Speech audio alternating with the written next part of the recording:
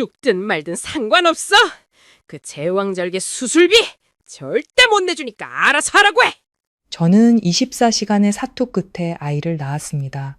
하지만 수술비를 아끼려는 시댁은 저와 갓 태어난 아이를 병원에 버려두고 태국으로 가족 여행을 떠나버렸죠. 그들은 몰랐습니다. 제가 대한민국 굴지의 로펌 대표 이서현의 유일한 조카라는 사실을, 그리고 10일 후 여행에서 돌아온 그들 앞에 병원장의 한마디는 지옥의 서막을 열었습니다. 과연 그들에게 어떤 처절한 복수가 기다리고 있을까요? 황혼의 이야기 지금 시작합니다. 구독과 좋아요는 더 좋은 이야기를 만드는데 큰 힘이 됩니다. 고통은 마치 녹슨 톱이 제 뼈를 조금씩 썰어내는 듯 했습니다.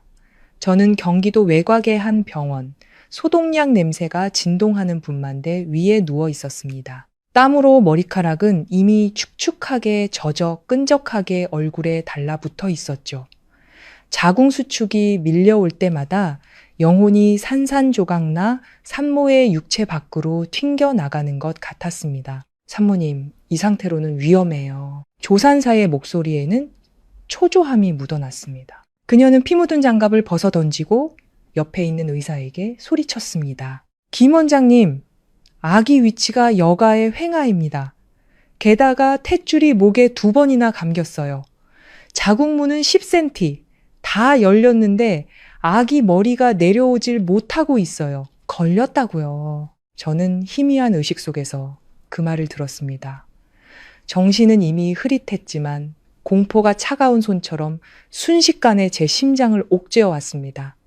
제왕절개로 전환해야 합니다. 김 원장님의 목소리는 단호했습니다. 이 이상 지체하면 산모와 아이 둘 다 위험합니다. 자칫하면 일시이명이라고요. 어서 가족분들께 동의서 받아오세요. 일시이명, 그 4글자가 귓가에서 천둥처럼 터졌습니다. 저는 마지막 남은 힘을 쥐어짜 목구멍에서 겨우 희미한 목소리를 뱉어냈습니다. 제발 제 아이 좀 살려주세요. 수술할게요. 동의해요. 간호사가 황급히 밖으로 달려나갔습니다. 분만실의 방음이 썩 좋지 않았던 탓일까요? 아니면 문 밖에 서 있는 그 사람의 목소리가 유난히 컸던 탓일까요? 제왕절개는 무슨 놈의 제왕절개? 당신네 병원은 돈 뜯어낼 궁리만 하는구만! 시어머니 최영숙 여사의 목소리였습니다. 시장 바닥에 악다구니 쓰는 아낙네들 특유의 귀에 거슬리는 날카로움이 담겨 있었죠. 난 사인 못해. 요즘 여자들은 애 하나 낳는 걸로 뭘 그리 유난이야. 암탉도 알은 쑥쑥 잘만 낳는데 얘는 왜 이렇게 비실비실하담? 제왕절개? 그 칼 한 번 대는데 돈이 얼만 줄 알아? 거기다 며칠을 더 입원해야 되는데 그게 다 돈을 길바닥에 뿌리는 거 아니고 뭐야. 어머님, 이건 돈 문제가 아닙니다. 간호사의 목소리는 다급함에 갈라져 있었습니다. 지금 상황이 정말 위급해요. 산모는 난산이고 아기가 숨을 못 쉬고 있다고요. 지금 수술 안 하면 아기가 질식사할 수도 있어요. 질식사? 사람 겁주는 데는 아주 도가 행구만. 최영숙 여사는 믿을 생각조차 하지 않았습니다. 내가 우리 준서 낳을 땐 밭일하다가 진통 와서 그냥 뙑집 위에 드러누워서 쑥 나왔어. 요즘 것들은 왜 이렇게 금쪽같이 구는지 몰라. 탯줄이 목에 2번 감긴 건 또 뭐 대수라고? 그건 뱃속에서 애가 똑똑해서 장난치는 거라잖아. 분만대 위에서 눈물이 왈칵 쏟아졌습니다. 차가운 땀과 뒤섞인 눈물이 귓속으로 흘러 들어갔습니다. 저 사람이 바로 제 시어머니였습니다. 평소에는 제게 많이 먹으라며 다 귀한 대손을 위한 것이라며 웃던 사람이었습니다. 하지만 사람 목숨이 걸린 순간 그녀가 아까워하는 것은 오직 돈뿐이었습니다. 박준서, 제 마음속에 마지막 남은 희망의 불씨가 타올랐습니다. 제 남편, 평소 주관은 없어도 제게는 늘 다정하고 따뜻했던 남자. 그 사람만큼은 제가 죽어가는 걸 보고만 있진 않을 겁니다. 준서 씨, 어디 있어요? 저는 온 힘을 다해 소리쳤습니다. 문 밖에서 간호사의 다그치는 목소리가 들렸습니다. 남편분 맞으시죠? 어머님이 사인 안 하시면 남편분이라도 하셔야죠. 제일 보호자시잖아요. 지금 아내와 아이 목숨이 경각에 달려 있다고요. 숨 막히는 침묵이 몇 초간 흘렀습니다. 이윽고 너무나 익숙하면서도 낯선 박준서의 비겁한 목소리가 들려왔습니다. 저기 간호사님? 제 아내가 자연분만으로 조금만 더 시도해보면 안 될까요? 저희 어머니 말씀이 자연분만이 아이한테 더 좋다고 해서요. 제왕절개로 낳은 애는 머리가 나쁘다던데. 그리고 수술비가 너무 비싸서요. 저희 집이 요즘 좀 힘들어서 그 순간 제 마음속 마지막 희망의 빗줄기마저 꺼져버렸습니다. 자연분만이 아이에게 좋다니 돈이 없다니.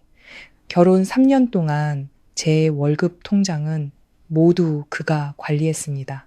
신혼집을 살 때도 제가 대부분의 돈을 냈고 인테리어 비용은 저희 부모님이 대주셨습니다. 심지어 그가 모는 낡은 중고차조차 제가 결혼 전에 사준 것이었습니다. 그런데 고작 수술비 몇백만 원을 아끼려고 저더러 목숨을 걸라고 하는 것이었습니다. 당신들, 이거 살인행위나 다름없어.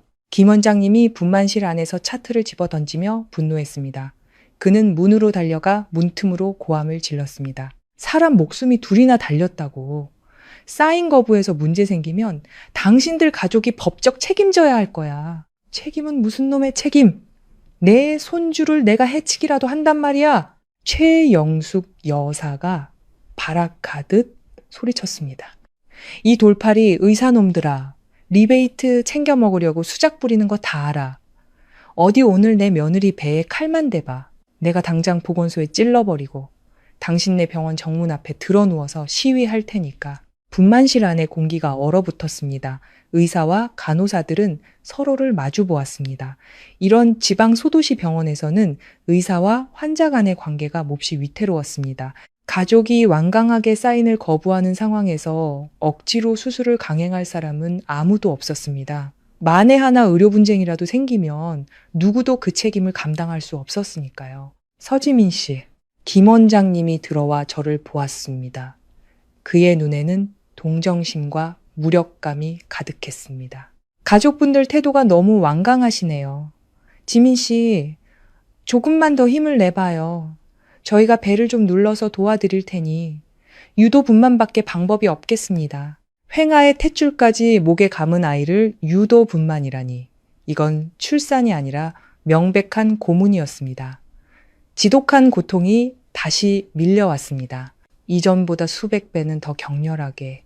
조산사가 제 배 위로 올라타 온 힘을 다해 아래로 눌렀습니다.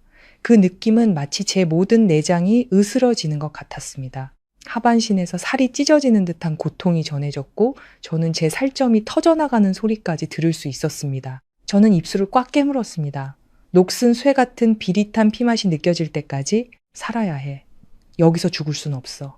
이 짐승 같은 인간들 손에 죽을 순 없어. 아직 내 아이 얼굴도 못 봤잖아. 돌아가신 엄마 산소에도 못 가봤고 아직 저 가족에게 죗값을 치르게 하지도 못했단 말이야. 보인다. 머리 보여요. 조산사가 기쁨에 겨워 소리쳤습니다. 자, 힘줘요. 마지막으로 한 번만 더. 저는 숨을 참고 이 차가운 세상 속에서 제 생명의 모든 힘을 쥐어짜 저와 제 아이를 위한 핏길을 필사적으로 열었습니다. 응애, 고양이 울음처럼 가냘픈 울음소리가 터져나왔습니다. 그 직후 저는 하반신에서 따뜻한 액체가 미친 듯이 쏟아져 나오는 것을 느꼈습니다. 몸은 마치 물이 전부 빠져나간 마른 우물처럼 순식간에 차갑고 가벼워졌습니다. 안 돼요. 산모 하열이에요. 지혈하고 수혈 준비해. IV 라인 잡고 혈압 계속 떨어져. 60에 40, 30. 귓가의 소리가 점점 멀어지고 시야도 흐려지기 시작했습니다. 혼란스러운 소음 속에서 저는 간호사가 아이를 안고 분만실 문으로 나가는 소리를 어렴풋이 들었습니다. 출산했어요. 딸입니다. 문 밖에서 시끄럽게 떠들던 최영숙 여사가 갑자기 입을 꾹 다물었습니다. 한참 후에 저는 제 평생 들어본 말 중 가장 악독한 말을 들었습니다. 반나절이나 시끄럽게 굴더니 결국엔 믿지는 장사였구만. 괜히 우리만 밖에서 오래 기다렸네. 재수없게. 저는 추워서 정신이 들었습니다. 살을 애는 듯한 겨울바람의 추위가 아니었습니다. 뼛속에서부터 스며 나오는 음습한 냉기였습니다. 마치 피가 모두 빠져나가 몸이 더 이상 열을 만들어내지 못하는 것 같았습니다. 힘겹게 눈을 뜨자 새하얀 천장이 보였습니다. 중환자실도 일반 병실도 아니었습니다. 복도 끝에 놓인 간이 침대였습니다. 깨어나셨어요? 젊은 간호사가 제 링거병을 갈고 있었습니다. 제가 눈을 뜬 것을 보고는 안쓰러운 눈빛을 보냈습니다. 정말 운이 좋으시네요. 2000ml나 하혈하셨는데도 살아나셨어요. 김 원장님이 지민 씨 살리려고 얼마나 큰 위험을 감수했는지 아세요? 가족 동의서도 없이 자궁적출 수술하고 지혈하셨다고요. 만약 못 깨어나셨으면 원장님 의사생활은 그걸로 끝이었어요. 자궁적출. 그 네 글자가 거대한 망치처럼 제 머리를 콱 내리쳤습니다. 저는 이제 겨우 27 여자로서 엄마가 될 자격을 영원히 잃어버린 것입니다. 하지만 슬퍼할 시간조차 없었습니다. 저는 바짝 마른 입술을 움직여 갈라진 축음기 같은 목소리로 물었습니다. 제 아이는요? 아기가 미숙아의 난산이라 흡인성 폐렴으로 신생아 중환자실 인큐베이터에 있어요. 간호사가 한숨을 쉬었습니다. 그런데 뭐요? 심장이 쿵 내려앉았습니다. 몸을 일으키려 발버둥 쳤지만 온몸에 힘이 하나도 들어가지 않았습니다. 그런데 가족분들이 간호사는 머뭇거리다 결국 분노에 찬 목소리로 사실을 털어놓았습니다. 가족분들이 아기 입원비를 안 내고 있어요. 신생아실에서 몇 번이나 독촉했는데 이 이상 미납되면 치료가 중단될 수도 있대요. 돈을 안 냈다고요? 준서 씨는요? 어머님은요? 저는 복도에 놓인 좁은 간이 침대 주위를 둘러보았습니다. 저 외에는 아무도 없었습니다. 물 한 모금 떠다 줄 사람조차 없었습니다. 간호사는 입술을 깨물더니 큰 결심을 한 듯 제게 진실을 말해 주었습니다. 그분들 가셨어요. 가셨다고요? 집에 돈 가지러요? 아니요. 간호사는 주머니에서 휴대폰 하나를 꺼냈습니다. 제 휴대폰이었습니다. 이거 지민 씨 분만실 들어가기 전에 시어머니가 가져갔다가 간호사 데스크에 버리고 갔어요.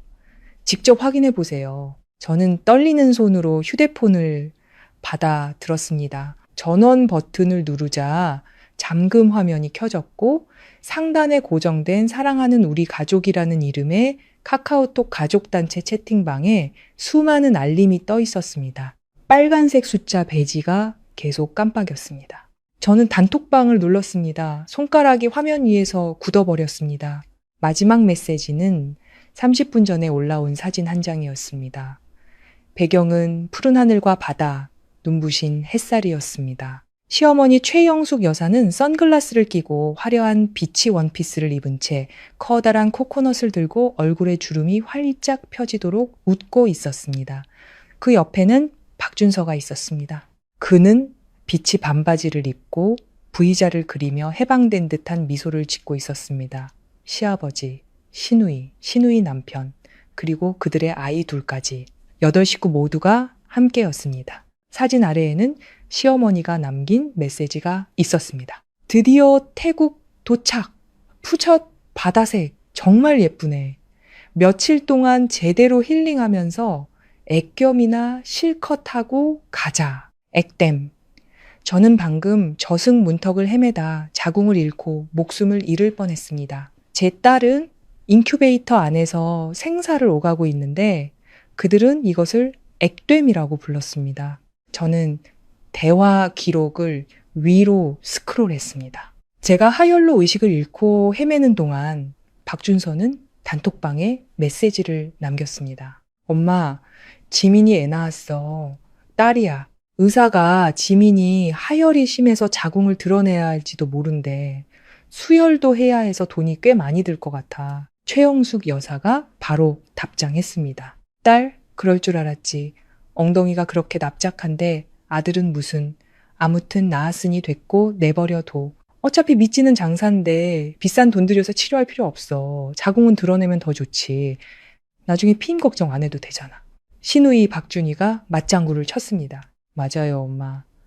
우리 예약한 태국 여행 패키지 환불도 안 되는데 한 사람당 몇백만 원짜리잖아. 저 미치는 것 때문에 여기 남아있으면 그 돈 다 날리는 거 아니야? 빨리 가자. 병원에서 붙잡기 전에 박준서가 메시지를 보냈습니다. 그래도 지민이가 아직 의식이 없는데 최영숙 여사가 답했습니다. 의식은 무슨? 안 죽어. 걔 목숨줄 질긴 애야. 그리고 걔 엄마는 일찍 죽었고 시골에 있는 애비는 반신불수라 아무것도 못해. 그냥 걔 휴대폰 간호사 데스크에 던져두고 우리 폰은 다 꺼버리자. 한 열흘쯤 뒤에 돌아오면 알아서 퇴원해서 집에 가 있겠지? 눈앞에서 안 보니 속 시원하고 좋네. 박준서가 마지막 메시지를 남겼습니다. 네, 엄마 말 들을게요. 저도 이 병원 냄새 이제 지긋지긋해요. 그 차가운 글자들을 보며 제 손은 휴대폰을 거의 잡을 수 없을 정도로 떨렸습니다. 이 사람이 제가 3년 동안 사랑했던 남자였습니다. 이들이 제가 3년 동안 인내하며 시중 들었던 시댁이었습니다. 고작 몇백만 원의 여행 경비 때문에, 그리고 남아 선호사상이라는 낡은 집착 때문에 그들은 제가 생사의 갈림길에 서 있는 순간 도망치는 것을 선택했습니다. 심지어 제 산소호흡기마저 끊어버리려 했습니다. 제 살 길을 막아버린 겁니다. 짐승들, 짐승만도 못한 것들. 저는 이를 악물었습니다. 눈물은 이미 말라버렸고 오직 하늘을 찌를 듯한 증오만이 남았습니다. 그 증오는 혈관 속에서 들끓는 용암처럼 제 오장육부를 태우며 고통스럽게 했습니다. 서지민 씨, 괜찮아요? 간호사가 제 창백한 안색에 놀라 걱정스럽게 저를 부축했습니다. 너무 슬퍼하지 마세요. 그런 인간들 때문에 몸 상하면 자기만 손해예요. 지금 시급한 건 입원비를 내는 거예요. 병원에서 일단 지민 씨는 응급으로 처리해줬지만 미납액이 너무 커서 시스템이 잠겨버렸어요. 혹시 친정 쪽에는 연락할 수 없어요? 친정. 제 어머니는 제가 10살 때 돌아가셨습니다. 아버지는 작년에 뇌졸중으로 쓰러져 반신불수가 되신 후 고향의 요양원에 계십니다. 정신도 온전치 않으시죠. 그런 아버지께 어떻게 이 사실을 알릴 수 있을까요? 알렸다가는 아버지는 충격으로 저를 따라 세상을 뜨실지도 모릅니다. 나, 서지민, 이 세상에 정말 홀로 남겨진 걸까요? 아니, 포기할 수 없어. 제게는 딸이 있습니다. 그들이 믿지는 장사라며 내팽개친 아이, 제 살점을 떼어 낳은 제 목숨과 맞바꾼 보물. 그들이 아이를 원하지 않는다면 제가 원합니다. 그들이 키우지 않겠다면 제가 키울 겁니다. 하지만 돈은? 제 월급 통장은 박준서가 가지고 있고 비밀번호는 그만 압니다. 휴대폰 결제 비밀번호도 그가 바꿔놓았습니다. 제가 산후조리를 해야 한다는 그럴듯한 핑계로 제 돈을 관리해주겠다고 했었죠. 지금 저는 무일푼입니다. 생리대 한 팩 살 돈조차 없습니다. 절망이 파도처럼 밀려와 목까지 차올랐습니다. 문득 오랫동안 잊고 지냈던 이름 하나가 머릿속을 스쳤습니다. 그 이름은 저희 집안의 금기어이자 아버지가 지난 세월 동안 입에 올리길 꺼려 하셨던 아픔이었습니다. 그리고 제가 어릴 적부터 사진으로만 배웠던 전설, 바로 제 이모였습니다. 이서연. 20년 전 집안에서 정해준 결혼을 거부하고 가족과 의절한 채 홀로 유학길에 올라 성공한 분. 지금은 대한민국 최고의 로펌 대표가 되셨다라고 들었습니다. 작년 제가 결혼할 때 이모는 사람을 시켜 두둑한 선물을 보내주셨습니다. 순금 용봉 세트와 명함 한 장이었죠. 그 사람은 제게 이런 말을 전했습니다. 혹시라도 바깥놈들 집에서 더는 살 수 없게 되거나 감당할 수 없는 어려움에 처하면 이 번호로 전화하거라. 우리 이씨 집안 사람은 밖에서 굶어 죽을지언정 남에게 짓밟혀 죽을 순 없다. 그때 저는 박준서가 만들어낸 달콤한 거짓말에 빠져 이모가 너무 극단적이고 냉정하다고 생각했습니다. 저는 명함을 지갑 깊숙한 곳에 쑤셔 넣고 언젠가 이것을 사용하게 될 날이 오리라고는 상상도 못했습니다. 저는 떨리는 손으로 휴대폰 케이스의 카드 수납칸을 열었습니다. 금박이 새겨진 명함이 여전히 그곳에 있었습니다. 모서리는 조금 닳았지만 그 위에 찍힌 검은색 전화번호는 선명했습니다. 그것이 제 유일한 동아줄이었습니다. 저는 심호흡을 하고 그 번호로 전화를 걸었습니다. 뚜 기다리는 신호음 하나하나가 제 심장을 두드리는 것 같았습니다. 제발 받아주세요. 제발요. 여보세요. 전화가 연결되었습니다. 수화기 너머로 냉정하고 세련된, 그러면서도 약간은 나른한 여성의 목소리가 들려왔습니다. 배경음으로는 서류를 넘기는 듯한 소리가 들렸습니다. 누구시죠? 그 목소리를 듣는 순간 제가 애써 지탱하고 있던 강인함이 순식간에 무너져 내렸습니다. 서러움, 두려움, 절망이 뒤엉켜 심장을 찢는 통곡이 되어 터져 나왔습니다. 이모, 저 지민이에요. 저 좀 살려주세요. 제 아이 좀 살려주세요. 수화기 너머는 2초간 침묵했습니다. 이내 서류 넘기는 소리가 멈췄습니다. 이서연 이모의 목소리가 즉시 낮고 차갑게 가라앉았습니다. 거부할 수 없는 위험이 느껴졌죠. 지민아, 너 지금 어디니? 무슨 일이야? 울지 말고 천천히 말해봐. 저는 횡설수설하며 흐느끼며 지난 24시간 동안 일어난 일들을 털어놓았습니다. 난산, 쌓인 거부, 자궁적출, 인큐베이터에 있는 딸, 가족여행, 한 글자 한 글자가 피를 토하는 심정이었습니다. 제 말이 끝나자 수화기 너머는 쥐 죽은 듯 조용했습니다. 그 침묵이 오히려 저를 두렵게 했습니다. 저는 신호가 끊긴 건 아닌지 의심스러울 정도였습니다. 이모? 저는 조심스럽게 불러보았습니다. 이모 여기 있다. 이서연 이모의 목소리는 마치 얼음 창고에서 막 꺼낸 듯 차가웠습니다. 수화기를 통해서도 뼛속까지 스미는 살기를 느낄 수 있었습니다. 지민아, 위치 찍어서 보내. 그리고 지금부터 의사 외에는 아무도 믿지 마. 어떤 서류에도 사인하지 말고. 알겠니? 네, 알겠어요. 그 쓸모없는 남편놈하고 시어머니 연락처도 나한테 보내. 나머지는 네가 신경 쓸 필요 없어. 이모, 근데 병원에서 계속 입원비를 돈으로 해결할 수 있는 건 문제가 아니야. 이서연 이모가 제 말을 잘랐습니다. 30분만 기다려. 전화가 끊겼습니다. 저는 휴대폰을 꽉 쥔 채 어두워진 화면을 멍하니 바라보았습니다. 30분? 이모는 지금 외국에 계시지 않나? 비행기를 타도 열 몇 시간은 걸릴 텐데. 하지만 이상하게도 기다리라는 이모의 그 한마디는 허공에 떠있던 제 심장을 조금은 안정시켜주는 진정제 같았습니다. 저는 간호사에게 휴대폰을 돌려주며 힘없이 말했습니다. 간호사님, 원장님께 말씀 좀 전해주세요. 입원비는 곧 해결될 거라고요. 제발 제 아이 좀 살려달라고. 간호사는 반신반의하는 눈빛으로 저를 보았습니다. 방금 통화에서 돈이 입금되는 소리는 듣지 못했으니 그럴 만도 했습니다. 시간은 1분 1초가 고통스럽게 흘러갔습니다. 저는 복도의 간이 침대에 누워오가는 사람들의 시선을 견뎌야 했습니다. 지나가는 사람마다 저를 힐끔거렸습니다. 그들의 눈빛에는 동정, 호기심, 그리고 조롱이 섞여 있었습니다. 저기 봐, 저 여자래. 딸 낳았다고 시댁에서 코빼기도 안 비친다더라. 착착 불쌍해라, 자궁도 드러냈다던데 이제 애도 더 못 낳겠네. 저런 시댁이면 분명 이혼당하겠지. 그러니까 여자는 아들을 낳아야 한다니까. 아들 못 낳으면 저꼴 나는 거야. 그 수군거림이 벌레처럼 귓속을 파고들었습니다. 저는 눈을 감고 못 들은 척 했습니다. 25분이 지났을 때 병원 입구에서 갑자기 소란이 일었습니다. 어머, 저거 봐. 마이바흐 아니야? 우리 동네에 저런 고급차가 있었나? 번호판 보니까 서울이네. 뒤에 따라오는 차는 경호원들 차 같은데? 누구지? 스케일 장난 아니다. 복도 끝 엘리베이터 문이 띵 소리와 함께 열렸습니다.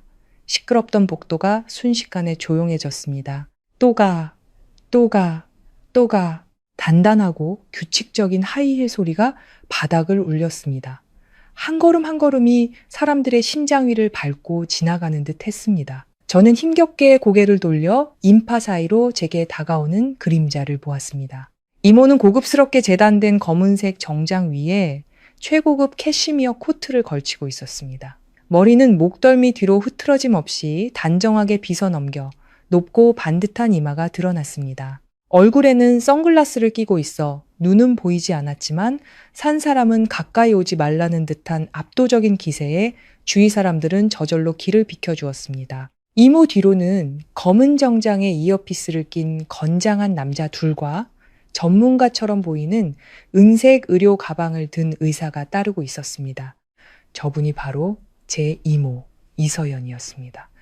20년 만에 뵙는 것이고 사진 속 모습보다 훨씬 더 성숙해지셨지만 저는 한눈에 이모를 알아볼 수 있었습니다. 이모에게서 뿜어져 나오는 그 누구도 범접할 수 없는 당당하고 오만한 기운이 돌아가신 제 어머니와 너무나도 닮아 있었기 때문입니다. 이모는 제 병상 앞으로 곧장 걸어와 선글라스를 벗었습니다.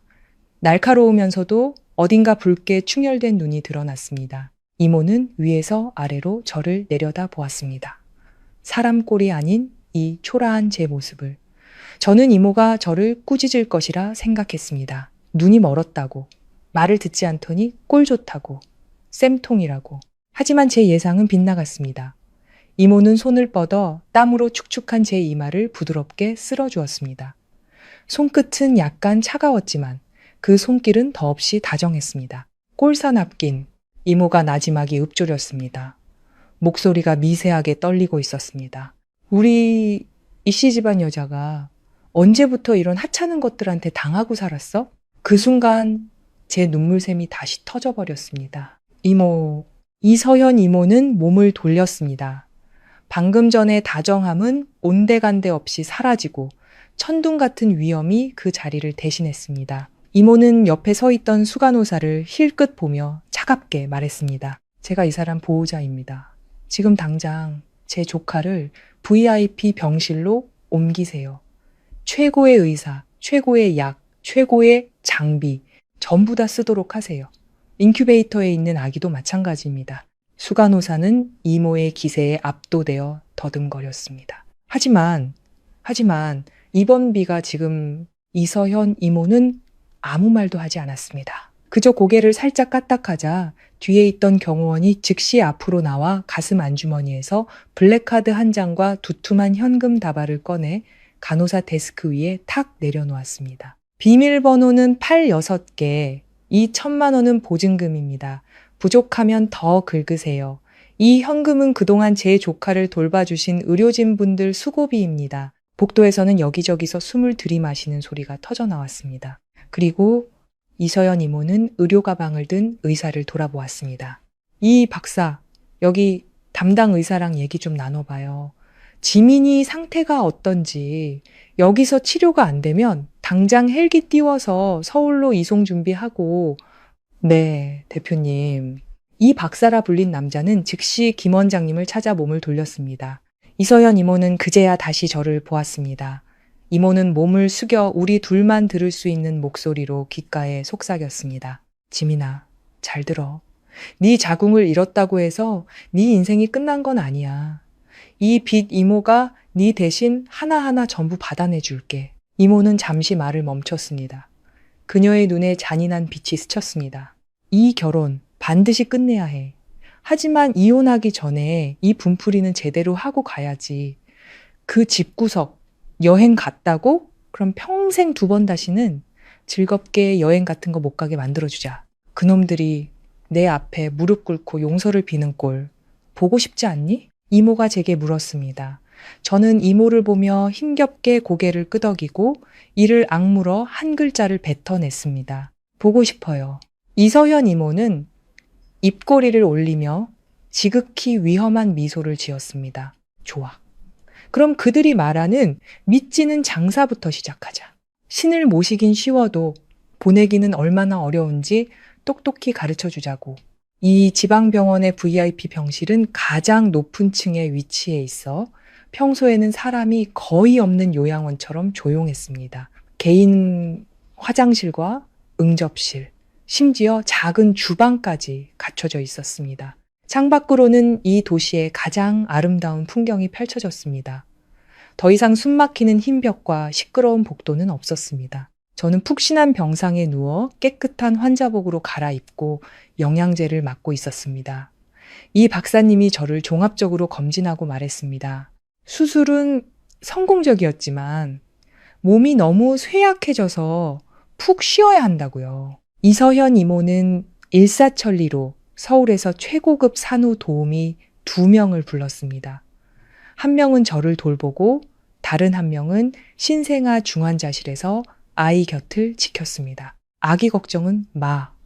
이 박사가 보고 왔는데 미숙아이긴 하지만 상태는 안정됐대.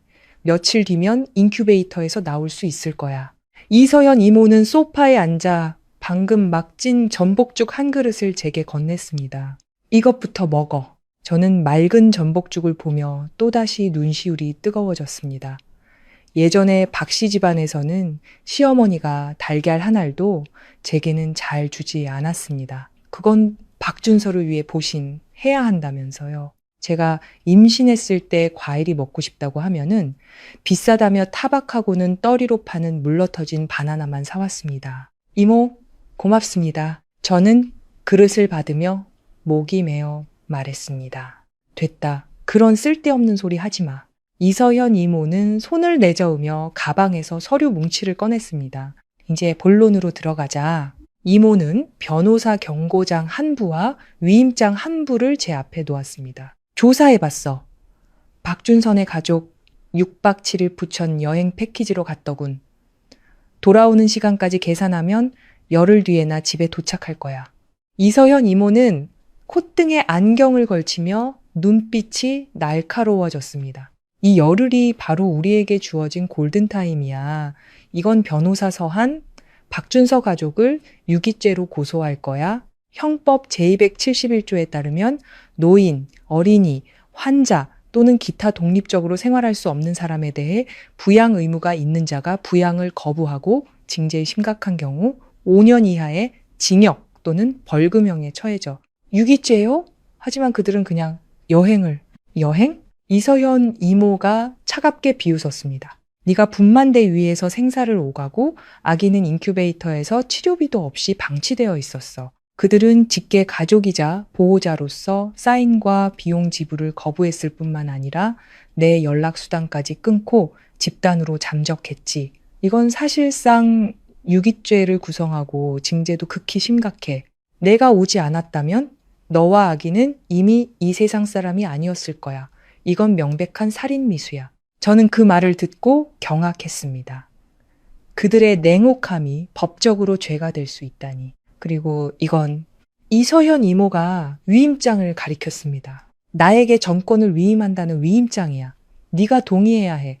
내가 법률, 여론, 경제적 제재를 포함한 모든 수단을 동원해서 박씨 집안을 상대할 수 있도록 나는 그들이 평생 고개도 못 들고 살게 만들고 싶어. 저는 위임장에 적힌 빽빽한 조항들을 보았습니다. 머릿속에는 시어머니의 악독한 얼굴, 박준서의 비겁하지만 잔인했던 눈빛, 그리고 신우이의 통쾌해하던 표정이 스쳐 지나갔습니다. 사인할게요. 저는 망설임 없이 펜을 들어 제 이름을 적었습니다. 아주 좋아. 이서연 이모는 만족스럽게 고개를 끄덕이며 서류를 챙겼습니다.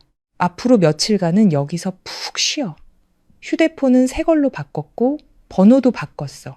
박씨 집에서 연락이 오더라도 신경 쓰지 마. 그들이 네가 죽었거나 친정으로 돌아갔다고 믿게 내버려둬. 왜 친정으로 갔다고 믿게 해야 해요?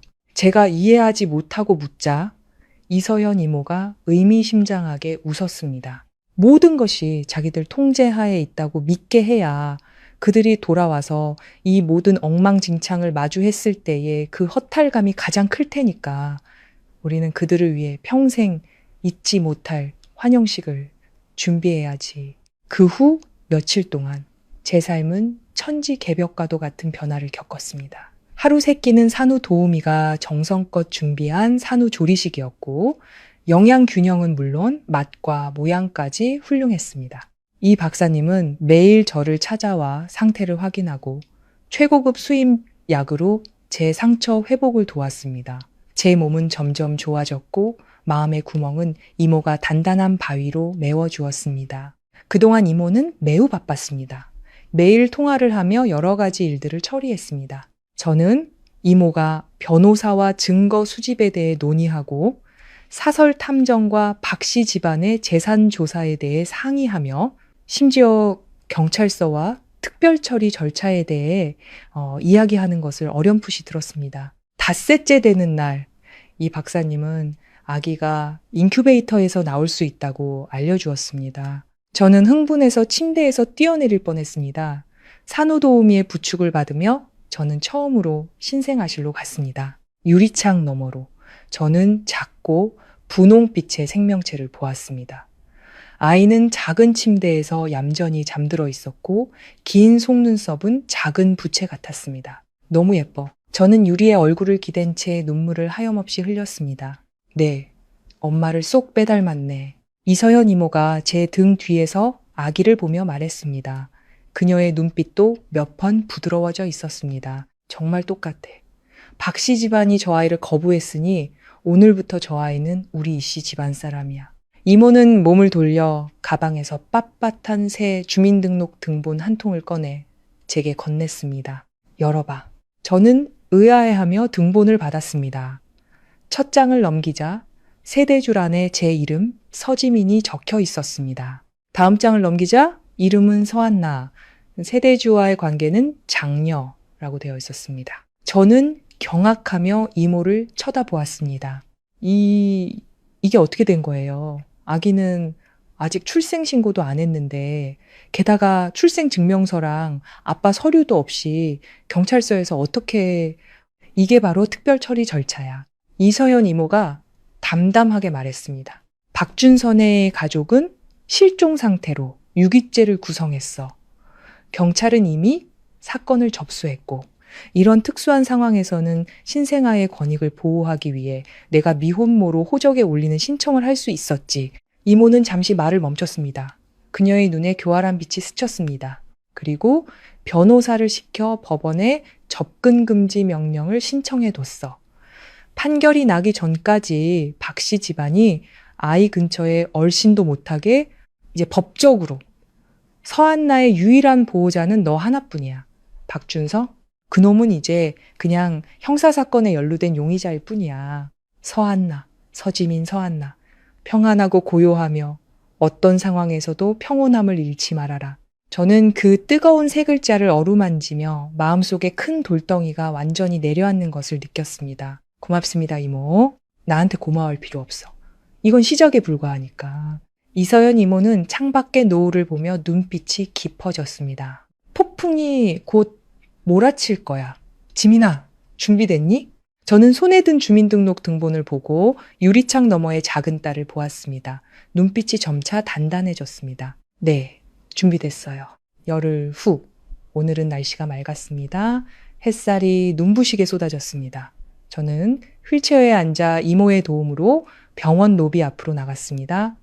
뒤에는 건장한 경호원 4명과 그동안 모습을 드러내지 않았던 김 원장님, 그리고 카메라를 든 기자 몇 명이 서 있었습니다.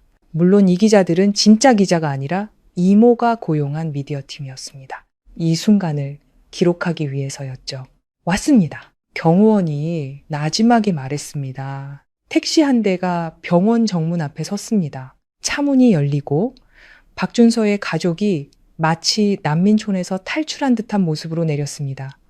햇볕에 그을려 피부는 검게 탔지만 각자의 얼굴에는 피곤하면서도 만족스러운 미소가 걸려 있었습니다.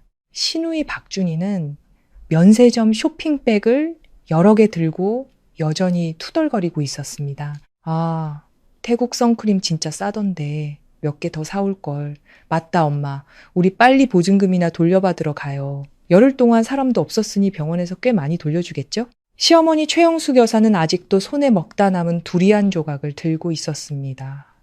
그녀는 먹으면서 말했습니다. 그래야지 그 재수 없는 년은 분명 그 빌어먹을 애비가 데려갔을 거야. 열흘 지났으니 아기도 포동포동하게 살이 올랐겠네. 마침 데려와서 100일 잔치나 하자. 우리 박씨 집안에 사람도 늘고 재물도 늘었으니 축의금도 꽤 쏠쏠하겠어. 박준서는 홀가분한 표정으로 콧노래까지 흥얼거리고 있었습니다. 그는 아마 저를 조금만 달래주면 이 모든 일이 지나가고 예전처럼 살 수 있을 것이라 생각하는 듯 했습니다. 그들은 웃고 떠들며 로비 안으로 들어섰고 주위의 기묘한 분위기는 전혀 눈치채지 못했습니다. 그들이 로비 중앙에 도착했을 때 검은 정장을 입은 경호원들이 길을 막아섰습니다. 뭐야? 당신들 뭔데? 박준서가 깜짝 놀라 본능적으로 손에 든 면세점 쇼핑백을 꽉 껴안았습니다. 대낮에 강도짓이라도 하려는 거야? 최영숙 여사는 더 직접적으로 바닥에 주저앉아 떼를 쓰기 시작했습니다. 사람 살려! 사람 팬다! 여기 법도 없나? 주변의 환자들은 평소처럼 몰려들지 않고 멀찍이 서서 구경거리라도 난 듯 그들을 손가락질했습니다. 박준서 씨, 제가 차갑게 말했습니다. 목소리는 크지 않았지만 텅 빈 로비에서 유난히 선명하게 울렸습니다. 박준서는 소리가 나는 쪽을 멍하니 쳐다보았습니다. 그가 휠체어에 앉아 있는 저와 제 뒤에 서 있는 기세등등한 여성을 보았을 때 그는 마치 감전된 듯 굳어버렸습니다. 서지민, 그가 더듬거리며 말했습니다. 당신 왜 아직 병원에 있어? 그리고 이분은 제 이모님이세요. 제가 무감각하게 소개했습니다. 최영숙 여사는 그 말을 듣고 바닥에서 주섬주섬 일어나 엉덩이에 먼지를 털어내며 아첨하는 듯한 미소를 지었습니다. 아이고, 사돈댁 이모님이셨구나. 외국에서 크게 성공하셨다고 들었는데 어머나, 미리 말씀이라도 주시지. 저희가 마중이라도 나갔을 텐데. 그녀는 말하면서 탐욕스러운 눈으로 이서현 이모의 명품 옷과 뒤에 주차된 고급 차를 훑어보았습니다. 이서현 이모는 그녀에게 눈길조차 주지 않고 경호원에게서 서류 한 권을 받아 제게 건넸습니다. 붉은색의 주민등록 등본이었습니다. 저는 등본을 받아 가볍게 던져 박준서의 발 아래 떨어뜨렸습니다. 박준서는 의아해하며 등본을 주워 열어보았습니다. 그의 얼굴은 순식간에 새하얗게 질렸습니다. 서왔나? 그가 갑자기 고개를 들어 저를 노려보며 으르렁거렸습니다. 이게 무슨 뜻이야? 내 자식이 왜 서씨 성을 달아? 누가 당신 마음대로 성을 바꾸래? 성을 바꿔? 제가 차갑게 비웃었습니다. 박준서 씨, 뭔가 착각하고 있는 거 아니에요? 이 아이 태어난 이후로 당신이 한 번이라도 안아준 적 있어요? 분유 한 모금이라도 먹여본 적 있냐고요? 병원비 10원이라도 낸 적 있어요? 아무것도 없잖아. 아무것도 한 게 없는데 무슨 자격으로 당신 성을 따라야 한다고 생각하죠? 내가 애 아빠잖아. 박준서가 고함을 질렀습니다. 목에 핏대가 섰습니다. 내 씨가 없었으면 제가 어떻게 태어나? 서지민, 당신 이거 불법이야. 경찰서에서 어떻게 당신한테 호적을 내줘? 불법? 줄곧 침묵하던 이서연 이모가 마침내 입을 열었습니다. 그녀는 주머니에서 가느다란 여성용 담배 한 개비를 꺼내 손가락 사이에 끼웠습니다. 불을 붙이진 않고 그저 무심하게 만지작거렸습니다. 이 바닥에서 내가 마음만 먹으면 안 되는 게 없어. 그리고 당신들은 이미 사실상 유기죄를 구성했어. 특별 처리 절차, 그게 뭐 그리 어려운 일이라고. 이모는 경멸하듯 비웃었습니다. 그녀의 눈빛은 마치 개미를 보는 듯 했습니다. 박준서 씨, 당신은 법을 모르는 무지렁이지만 나는 아니야. 이모가 손가락을 튕기자 뒤에 있던 변호사가 앞으로 나와 박준서에게 서류 한 장을 건넸습니다. 이건 경찰의 사건 접수 증명서입니다. 이서연 이모의 목소리는 얼음장처럼 차가웠습니다. 산모가 생사의 갈림길에 서 있고 신생아가 응급처치를 받아야 하는 상황에서 당신들이 사인과 비용 지불을 거부하고 연락을 두절한 채 열흘간 집단으로 잠적한 사실을 고려하여 경찰은 유기죄 혐의로 정식 입건했습니다. 현재 법적 신분으로 볼 때 당신은 생물학적 아버지이자 형사사건 용의자일 뿐입니다. 판결이 나기 전까지 당신은 아이를 접견할 권리도 아이의 성에 대해 간섭할 권리도 없습니다. 그리고 이서연 이모는 옆에 서 있던 김 원장님을 가리켰습니다. 이분은 당시 수술을 집도하신 김 원장님이십니다. 출생증명서 등록에 따르면 가족 서명란에는 어머니의 서명만 있습니다. 아버지는요, 그때 태국에서 코코넛 마시고 계시지 않았나요? 김 원장님이 안경을 고쳤으며 차갑게 한마디 덧붙였습니다. 산모는 당시 하혈이 심각했습니다. 의지가 강하지 않았다면 이미 목숨을 잃었을 겁니다. 당신들 가족 정말 돌보다도 못한 심장을 가졌군요. 그 말들은 거대한 망치처럼 박씨 집안 식구들의 머리 위를 내리쳤습니다. 최영숙 여사의 손에 들려있던 두리안 조각이 바닥에 떨어졌고 신우이의 얼굴은 새하얗게 질렸습니다. 박준서는 더욱이 뼈가 발라진 생선처럼 온몸을 부들부들 떨었습니다. 유기죄 최영숙 여사가 떨리는 목소리로 물었습니다. 그거 감옥 가나요? 5년 이하입니다. 변호사가 미소를 지으며 덧붙였습니다. 물론 피해자에게 중상해나 사망을 초래한 경우 가중처벌됩니다. 그리고 말씀드리는 걸 잊었네요. 서지민 씨는 하혈로 인한 합병증으로 자궁을 적출했습니다. 이건 중상해에 해당됩니다. 어머나, 최영숙 여사가 눈을 희번덕거리며 바닥에 주저앉았습니다. 이번에는 정말로 겁을 먹은 것이었습니다. 사돈 이모님, 지민아, 오해야, 전부 다 오해라고. 그녀는 눈물 콧물을 쏟아내며 울부짖었습니다. 이전의 오만함은 온데간데 없었습니다. 우리는 몰랐어요. 그렇게 심각한 줄 알았으면 당연히 여행 안 갔죠. 지민아, 부부의 정을 생각해서라도 우리 좀 봐줘. 우리 준서 감옥 가면 안 돼. 걔가 감옥 가면 우리 집은 끝장이야. 박준서도 정신을 차리고 제 앞에 무릎을 꿇었습니다. 그는 제 휠체어를 잡으려 손을 뻗었습니다. 여보, 내가 잘못했어. 정말 일부러 그런 게 아니야. 봐, 엄마가 가자고 졸라서 그런 거야. 한 번만 용서해줘. 제발 용서해줘. 바닥에 무릎 꿇고 비참하게 우는 이 가족의 모습을 보며 제 마음은 조금도 흔들리지 않았습니다. 열흘 전, 제가 분만실에서 그들에게 사인을 애원할 때 그들은 무슨 생각을 하고 있었을까요? 제가 하혈로 의식을 잃었을 때 그들은 무슨 생각을 했을까요? 제 딸이 인큐베이터에서 누구의 돌봄도 받지 못하고 있을 때 그들은 무슨 생각을 했을까요? 용서? 저는 박준서를 보며 잔인한 미소를 지었습니다. 박준서 씨, 미안하지만 내 마음속에서 당신은 이미 죽은 사람이야. 죽은 사람에게는 용서가 필요 없지. 저는 고개를 돌려 이서현 이모에게 말했습니다. 이모, 가요. 여기 공기가 너무 더럽네요. 이서현 이모는 고개를 끄덕이며 저를 밀고 몸을 돌렸습니다. 뒤에서는 박씨 집안 8식구의 절망적인 통곡과 구경꾼들의 박수 소리가 터져 나왔습니다. 하지만 이건 시작에 불과했습니다. VIP 병실의 문은 방음이 아주 잘 되어 복도에서 들려오는 그 가족의 비참한 울음소리를 완벽하게 차단했습니다. 하지만 저는 그들이 아직 가지 않았다는 것을 알았습니다. 역시나 30분 뒤 병실 문을 누군가 거칠게 두드렸습니다. 서지민, 너 나와. 우리 얘기 좀 하자. 박준서의 목소리는 나무 문을 뚫고도 그 광기가 느껴졌습니다. 네가 뭔데 내 자식을 못 보게 해. 내 딸이라고. 내가 친아빠야. 저는 소파에 앉아 책을 들고 눈꺼풀 하나 까딱하지 않았습니다. 맞은편에 앉아 손톱을 다듬던 이서현 이모는 그 소리를 듣고 손톱 가루를 후 불어낸 뒤 문 앞에 서 있던 경호원에게 눈짓했습니다. 경호원은 즉시 문을 활짝 열었습니다. 발로 문을 걷어차려던 박준서는 문이 갑자기 열리는 바람에 휘청거리며 하마터면 넘어질 뻔했습니다. 하지만 그는 자신의 창피함 따위는 신경 쓰지 않고 달려들어 제 코앞에 손가락질하며 욕을 퍼부었습니다. 서지민, 너 너무하는 거 아니야? 성 바꾼 건 아직 계산도 안 끝났어. 당장 호적 다시 바꿔놔.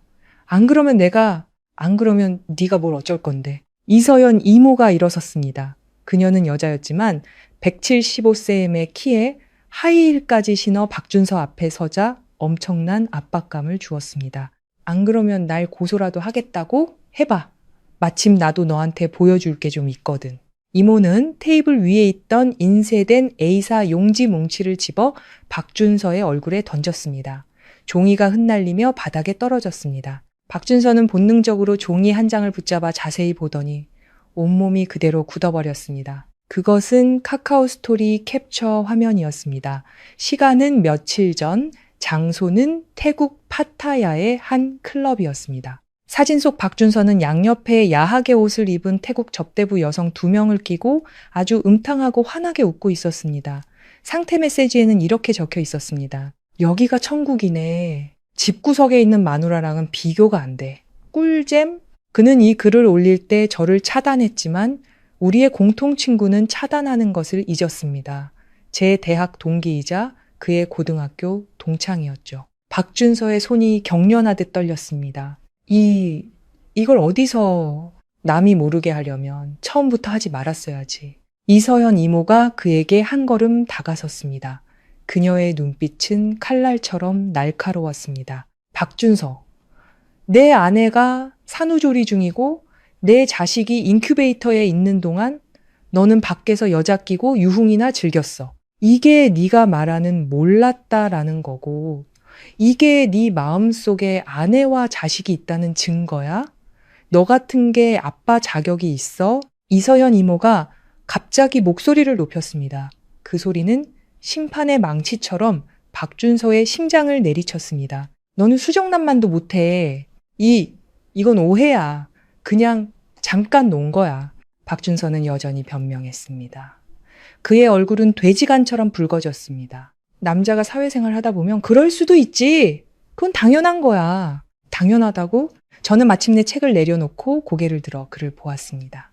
박준서 씨, 예전엔 몰랐는데 당신 정말 쓸모없을 뿐만 아니라 파렴치하기까지 하네요. 저는 문을 가리켰습니다. 나가. 서지미, 너도 적당히 해. 박준서는 회유가 통하지 않자 막무가내로 나오기 시작했습니다. 내가 말하는데 이 결혼 나 이혼 안 해. 나를 빈손으로 내쫓겠다고?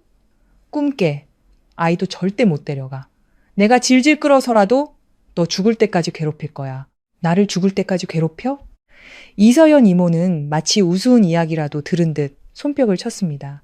구석에 서 있던 변호사가 아이패드를 들고 다가왔습니다. 박준서 씨, 아직 상황 파악이 안 되신 것 같군요. 변호사는 동영상 하나를 재생해 박준서 앞에 내밀었습니다.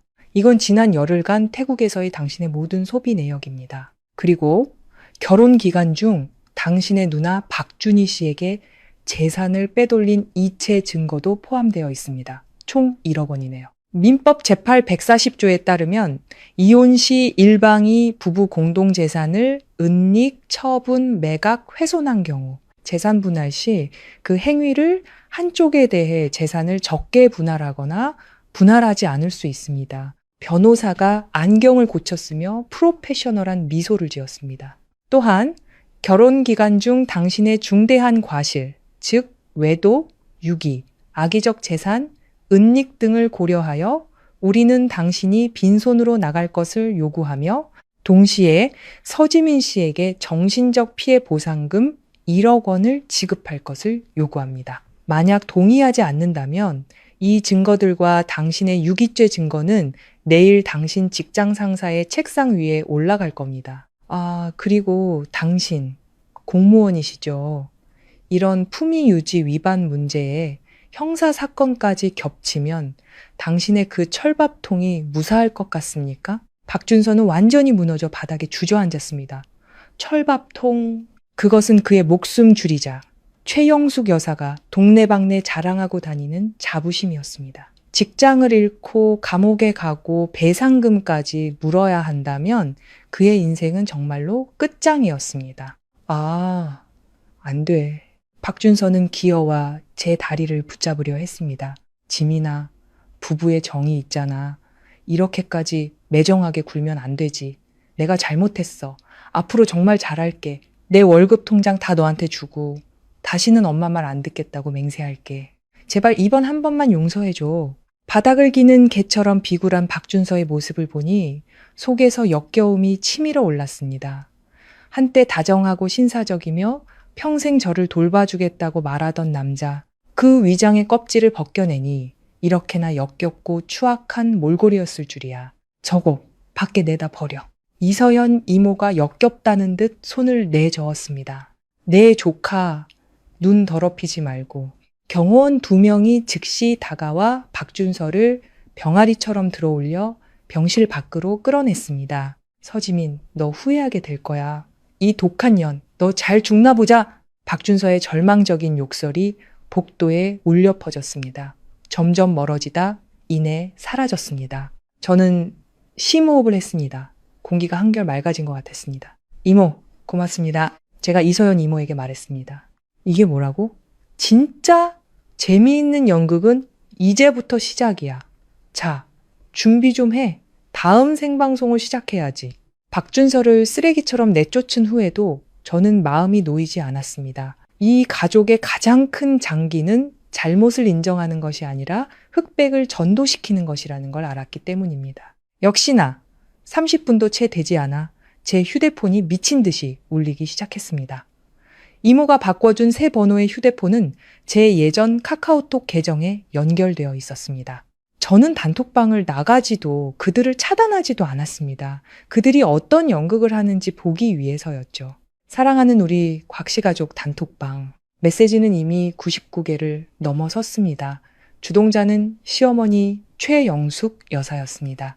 여러분, 와서 좀 판단 좀 해주세요. 우리 집 며느리라는 년이 우리가 며칠 여행 간 사이에 어디서 굴러먹던 놈이랑 바람이 났는지 우리 곽씨 집안 귀한 대손의 성을 감히 서씨로 바꿔버렸어요. 손주도 못 보게 하고 깡패 두 놈을 불러서 우리 준서를 때리기까지 했다니까요. 이것 좀 보세요. 얼굴이 이렇게 부었어요. 그 아래에는 박준서의 뺨이 살짝 붉고 입가에 상처가 난 사진이 첨부되어 있었습니다. 경호원에게 끌려나가다 긁힌 상처였지만 꽤 비참해 보였습니다. 단톡방에 고모, 삼촌들이 즉시 들끓기 시작했습니다. 둘째 형님, 세상에 지민이 평소에 순해 보였는데 어쩜 그렇게 악독할 수가 있어요. 셋째 언니 성을 바꾸다니 이건 정말 대역죄인이네. 준서가 외아들인데 이거는 곽씨 집안대를 끊겠다는 거 아니야? 사촌형 형수 바람난 거 아니에요? 다른 남자 빽이 생긴 건가? 아니면 어떻게 저렇게 간이 커져요? 최영숙 여사는 사람들이 동조하자 더욱 기세등등해져 긴 음성 메시지를 남겼습니다. 목소리는 매우 비참하게 울렸습니다. 내가 무슨 죄를 지어서 저런 걸레 같은 년을 며느리로 들였을까요? 우리 가족 겨우 돈 모아서 태국 여행 한 번 다녀온 게 그렇게 큰 죄인가요? 집에서 애 낳는 게 뭐 그리 대단한 일이라고. 우리가 자기를 죽이려 했다느니 유기했다느니 말도 안 되는 소리를 해요. 여러분이 좀 판단해 주세요. 어느 집 며느리가 자연분만 안 하고 저만 금쪽 같아서 돈 뜯어내려고 제왕절개를 해달라고 조르나요? 이제는 아주 다른 놈이랑 붙어먹고 우리 모자를 죽이려고 하네요. 그 더러운 말들을 보며 저는 화가 나 온몸이 떨렸습니다.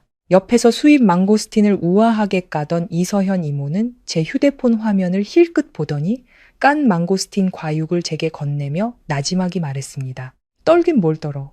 이게 바로 우리가 원하던 효과 아니었어? 이 여론의 불길이 활활 타올라야 더 재미있지. 이모는 손을 닦고 자신의 휴대폰을 들더니 경호원에게 손짓했습니다. 장비 설치해. 저들이 단톡방에서 연극하는 걸 좋아한다면 우리가 무대를 하나 만들어주자고 온 가족이 다 함께 보는 생방송 무대로 5분 후 저는 가볍게 화장하여 병색을 가리고 실크 잠옷을 입은 채 VIP 병실의 통유리창 앞에 앉았습니다. 배경은 창밖의 화려한 도시 야경과 방 안에 가득 쌓인 신선한 꽃과 비싼 보양식이었습니다. 저는 단톡방의 영상 통화 버튼을 눌렀습니다. 거의 즉시 최영숙 여사가 전화를 받았습니다. 이어서 고모, 삼촌들도 줄줄이 들어왔습니다. 휴대폰 화면은 수십 개의 작은 네모로 나뉘었고 최영숙 여사의 험상궂은 얼굴이 화면 중앙에 나타났습니다.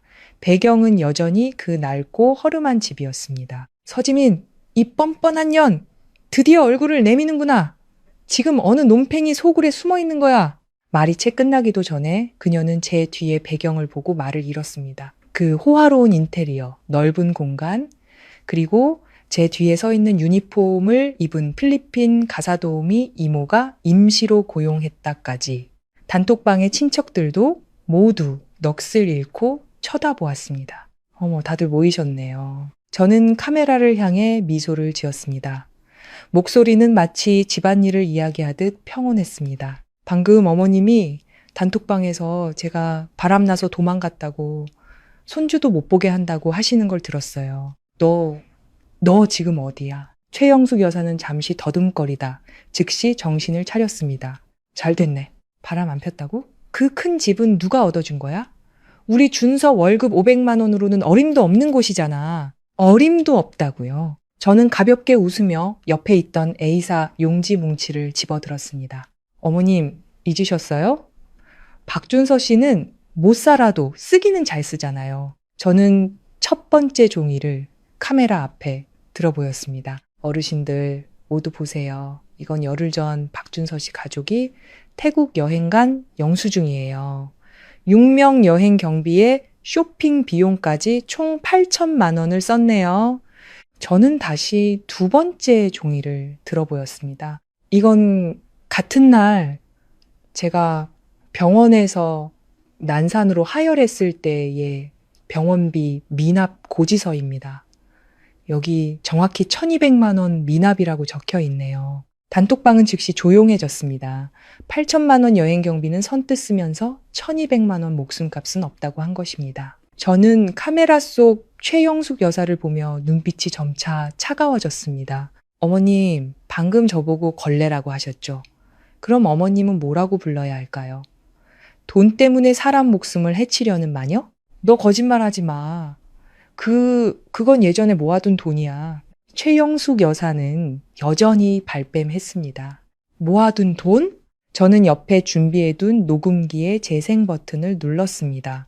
그 날카롭고 악독한 목소리가 즉시 모든 친척의 휴대폰에서 터져 나왔습니다. 반나절이나 시끄럽게 굴더니 결국엔 믿지는 장사였구만. 괜히 우리만 밖에서 오래 기다렸네. 재수없게. 우리 예약한 태국 여행 패키지 환불도 안 되는데 여기서 돈 낭비하지 마. 그냥 걔 휴대폰 간호사 데스크에 던져두고 우리 폰은 다 꺼버리자.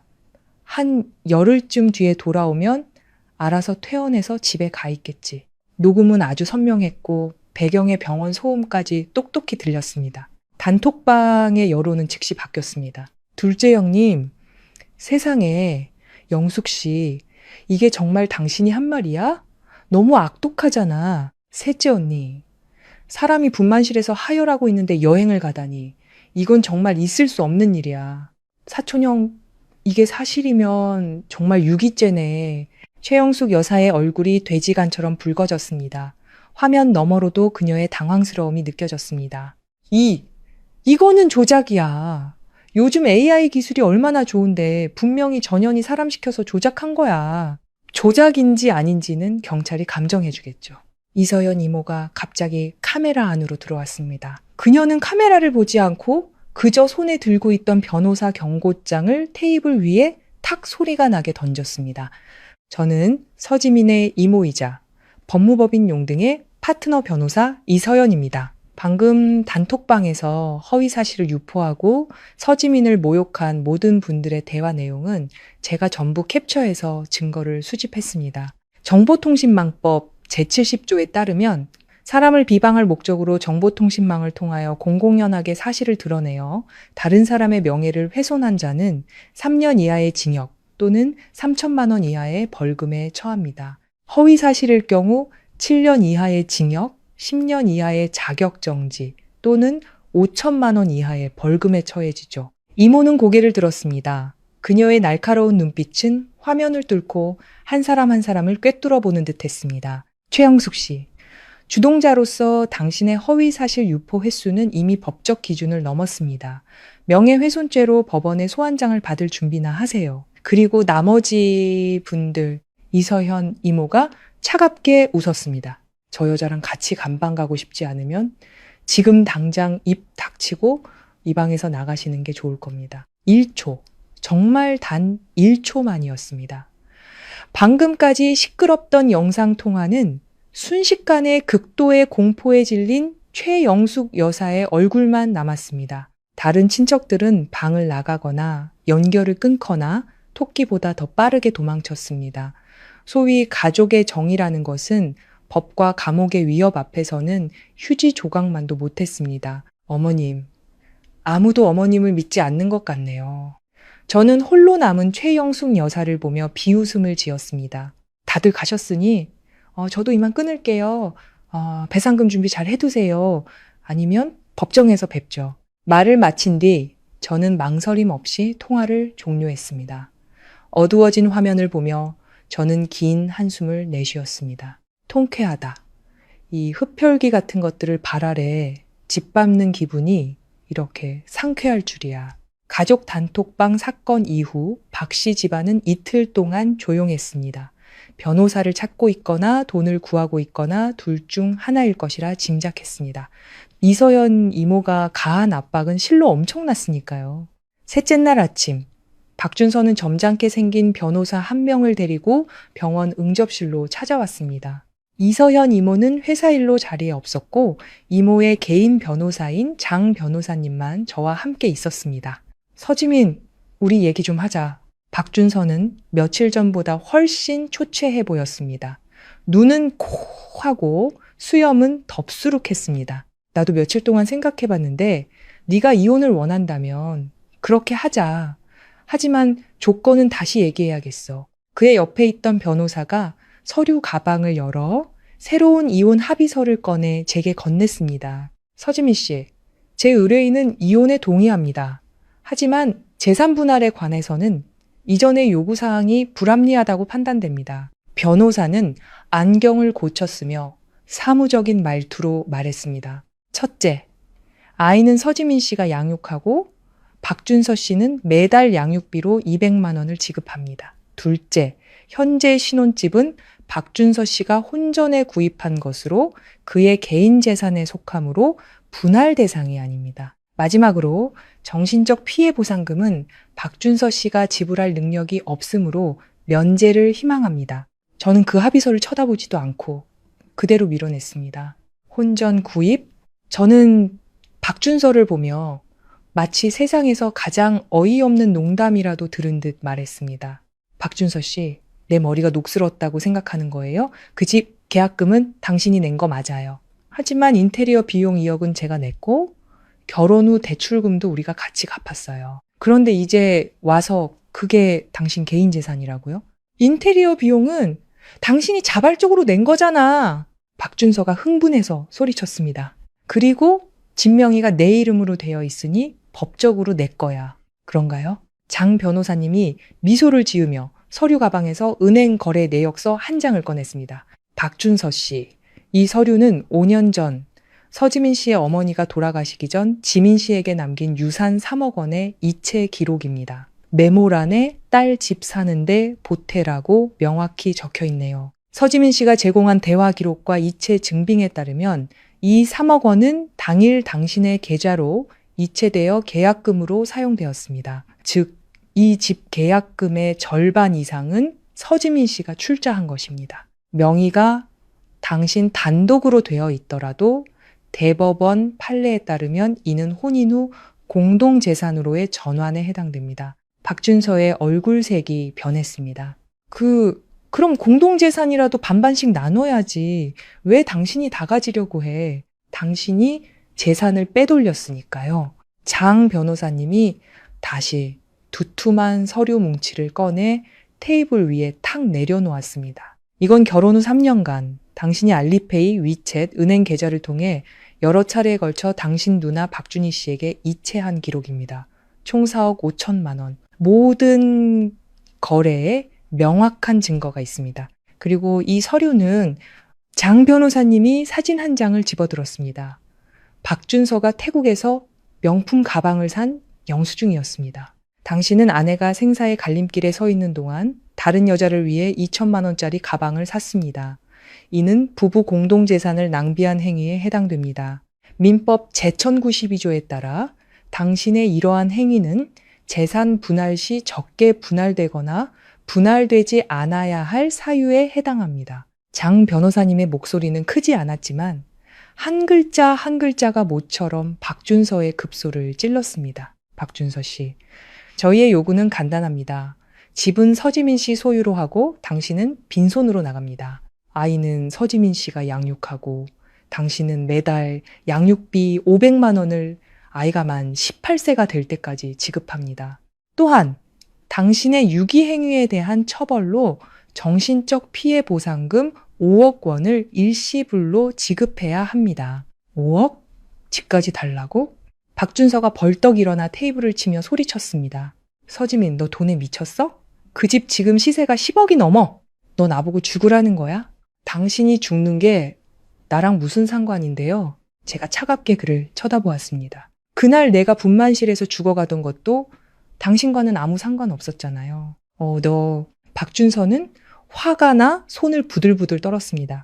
나 돈 없어. 집도 안 줘. 억울하면 고소해. 고소? 제가 웃었습니다. 박준서 씨 잊었나 본데 유기죄 사건은 아직 끝나지 않았어요.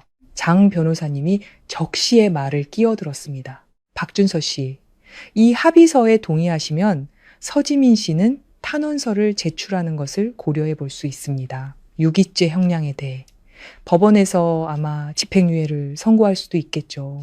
만약 동의하지 않으신다면. 그는 말을 멈추고 눈빛이 차가워졌습니다. 그럼 저희는 법대로 처리하겠습니다. 당신을 빈손으로 내쫓는 것 외에도 이 증거들을 법원과 당신의 직장에 제출할 겁니다. 그때가 되면 당신은 집, 돈, 직장을 잃을 뿐만 아니라 감방에 들어가서 몇 년간 콩밥을 먹어야 할 겁니다. 선택하세요. 사인하고 꺼질 건지 아니면 감옥에서 명절을 보낼 건지. 박준서는 의자에 털썩 주저앉았습니다. 이마에서 식은땀이 굵게 흘러내렸습니다. 그는 자신의 변호사를 돌아보며 도움을 구하는 눈빛을 보냈지만 그 변호사는 무력하게 고개를 저을 뿐이었습니다. 박준서 씨, 상대방의 증거가 너무 확실합니다. 실제로 재판에 가면 승소 확률은 거의 없습니다. 게다가 형사사건까지 연루되면 손실이 더 커질 겁니다. 죽음 같은 침묵. 박준서의 숨소리가 풀무처럼 거칠었습니다. 그는 테이블 위에 합의서를 뚫어져라 쳐다보았습니다. 두 눈이 튀어나올 것 같았습니다. 그 집은 그의 유일한 집이자 그가 안주할 수 있는 기반이었습니다. 집을 잃으면 그는 정말로 아무것도 남지 않았습니다. 하지만 사인을 하지 않으면 할게, 사인. 한참 후에 박준서는 마침내 이 사이에서 몇 글자를 쥐어짰습니다. 그는 펜을 들었습니다. 손이 채를 치듯 떨렸습니다. 하지만 서지민, 똑똑히 기억해도 사인을 하기 전 그는 악독하게 저를 쳐다보았습니다. 사람 일이라는 게 어떻게 될지 모르는 거야. 오늘 네가 이렇게 매정하게 굴면 나중에 후회할 날이 올 거야. 후회? 저는 그가 사인하는 모습을 보며 마음속에 안도감이 밀려왔습니다. 박준서 씨, 내 인생에서 가장 후회되는 일은 3년 전에 눈이 멀어 당신과 결혼한 거야. 지금 나는 손절매하는 중이라고. 사인을 마친 박준서는 마치 척추가 뽑힌 개처럼 기운 없이 떠나갔습니다. 저는 사인이 된 합의서를 들고 그 위에 잉크 자국을 가볍게 불었습니다. 집은 되찾았다. 이것은 어머니가 제게 남겨주신 돈이자 앞으로 저와 딸의 보금자리가 될 곳입니다. 박준서는 집도 잃고 저축한 돈도 잃고 그에게 남은 것은 무엇일까요?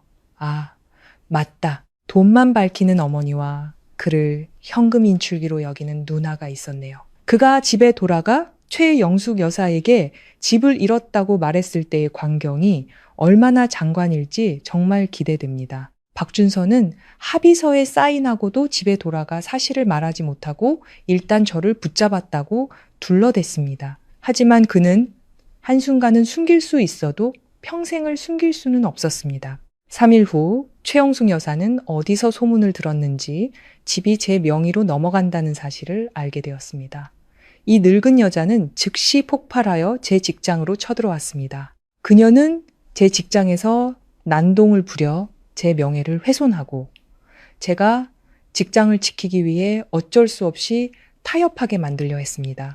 안타깝게도 그녀는 이모가 이미 그녀의 일거수일투족을 감시하고 있다는 사실을 몰랐습니다. 그녀가 제 직장 문턱을 넘기도 전에 저는 이미 연락을 받고 그녀를 만나러 나갔습니다. 저는 휠체어에 앉아 뒤에 있는 경호원에게 말했습니다. 몸이 아직 완전히 회복되지는 않았지만 구경하는 데는 지장이 없었죠. 저는 직장으로 들어가지 않고 경호원에게 정문 앞 작은 광장으로 저를 밀어달라고 했습니다. 이곳은 사람이 많이 오가는 곳으로 최영숙 여사가 가장 좋아하는 공연 무대였습니다. 역시나 몇 분도 되지 않아 최영숙 여사가 씩씩거리며 다가왔습니다. 그녀는 손에 큰 확성기를 들고 뒤에는 어디서 빌려왔는지 모를 할머니 2명이 흰 바탕에 검은 글씨로 쓴 현수막을 들고 있었습니다. 불효막심한 며느리 재산 강탈하고 할머니와 손주 생이별시켜. 이런 적반하장식 수법은 정말이지 그녀의 특기였습니다. 여러분, 와서 좀 보세요. 와서 좀 판단해 주세요. 최영숙 여사가 확성기를 켜자 귀에 거슬리는 소리가 즉시 주위 사람들의 시선을 끌었습니다. 제 며느리 서지민이 우리 집에서 온갖 못된 짓을 저질렀어요. 우리가 집을 비운 사이에 몰래 제 손주의 성을 바꾸고 이제는 우리 가족을 집에서 내쫓으려고 해요. 이건 우리 모자를 죽이려는 거나 다름없어요. 주변의 동료들과 행인들이 걸음을 멈추고 손가락질하며 수군거렸습니다. 저거 재무팀 서지민 아니야. 순해 보였는데 어쩜 저래. 사람 속은 모른다더니 재산을 빼앗는 건 너무 심했네. 최영숙 여사는 구경꾼이 모이자 공연 욕심이 더욱 불타올라 바닥에 주저앉아 허벅지를 치며 울부짖기 시작했습니다. 내 팔자야, 저런 독한 년을 며느리로 들이다니! 우리 아들은 힘들게 돈 벌어 가족을 먹여 살리는데 저 년은 밖에서 딴 놈이랑 붙어먹고 이제 와서 우리 아들을 빈손으로 내쫓으려고 해요. 하늘이 무섭지도 않나. 저잣거리의 욕쟁이 같은 그녀의 모습을 보며 저는 화가 나기는커녕 오히려 우스웠습니다. 공연 다 끝났어요? 저는 경호원에게 저를 앞으로 밀어달라고 신호했습니다. 군중은 저절로 길을 터주었습니다. 최영숙 여사는 저를 보고 잠시 멈칫하더니 즉시 저를 손가락질하며 욕을 퍼부었습니다. 이 독한 년, 드디어 얼굴을 내미는구나. 여러분 보세요. 바로 저 년이에요. 속이 시커먼 년. 저는 그녀의 모욕에 아랑곳하지 않고 뒤에 있는 경호원에게 손짓했습니다. 어머님이 현수막 거는 걸 좋아하시니 우리도 우리 현수막을 좀 걸어볼까요? 경호원 2명이 즉시 앞으로 나와 최영숙 여사 바로 맞은편에 거대한 스탠드를 펼쳤습니다. 그 위에는 선명하게 확대된 사진이 있었습니다. 왼쪽은 최영숙 여사 가족이 태국 해변에서 코코넛을 마시며 활짝 웃는 사진, 오른쪽은 제 딸이 온몸에 튜브를 꽂고 인큐베이터 안에서 힘겹게 숨쉬는 사진이었습니다. 가운데에는 선홍색의 큰 글씨가 적혀 있었습니다. 할머니는 해외여행, 손녀는 중환자실, 수술사인 거부, 온 가족 태국행. 이 사진의 시각적 충격은 실로 엄청났습니다. 극명한 대비, 눈에 띄는 붉은 글씨는 순식간에 주위의 수군거림을 멈추게 했습니다. 그 직후 저는 경호원에게 블루투스 스피커를 켜라고 했습니다. 스피커에서는 그 녹음이 반복해서 흘러나왔습니다. 오, 반나절이나 시끄럽게 굴더니 결국엔 밑지는 장사였구만. 우리 예약한 태국 여행 패키지 환불도 안 되는데 그냥 걔 휴대폰 간호사 데스크에 던져두고 우리 폰은 다 꺼버리자. 최영숙 여사의 얼굴이 순식간에 새하얗게 질렸습니다. 손에 들고 있던 확성기가 쨍 소리를 내며 바닥에 떨어졌습니다. 주위의 여론은 완전히 바뀌었습니다. 세상에 이건 정말 짐승만도 못하네. 손녀가 중환자실에 있는데 온 가족이 여행을 가? 손녀를 믿지는 장사라고 부르다니. 어느 시대인데 아직도 저래? 나 같으면 이혼하고 칼 들고 쫓아갔겠다. 방금까지 그녀에게 동정하던 행인들은 이제 쓰레기를 보는 듯한 눈으로 그녀를 쳐다보았습니다. 심지어 어떤 사람은 휴대폰을 꺼내 사진을 찍고 동영상을 촬영하기 시작했습니다. 아니야. 저거 다 루머야.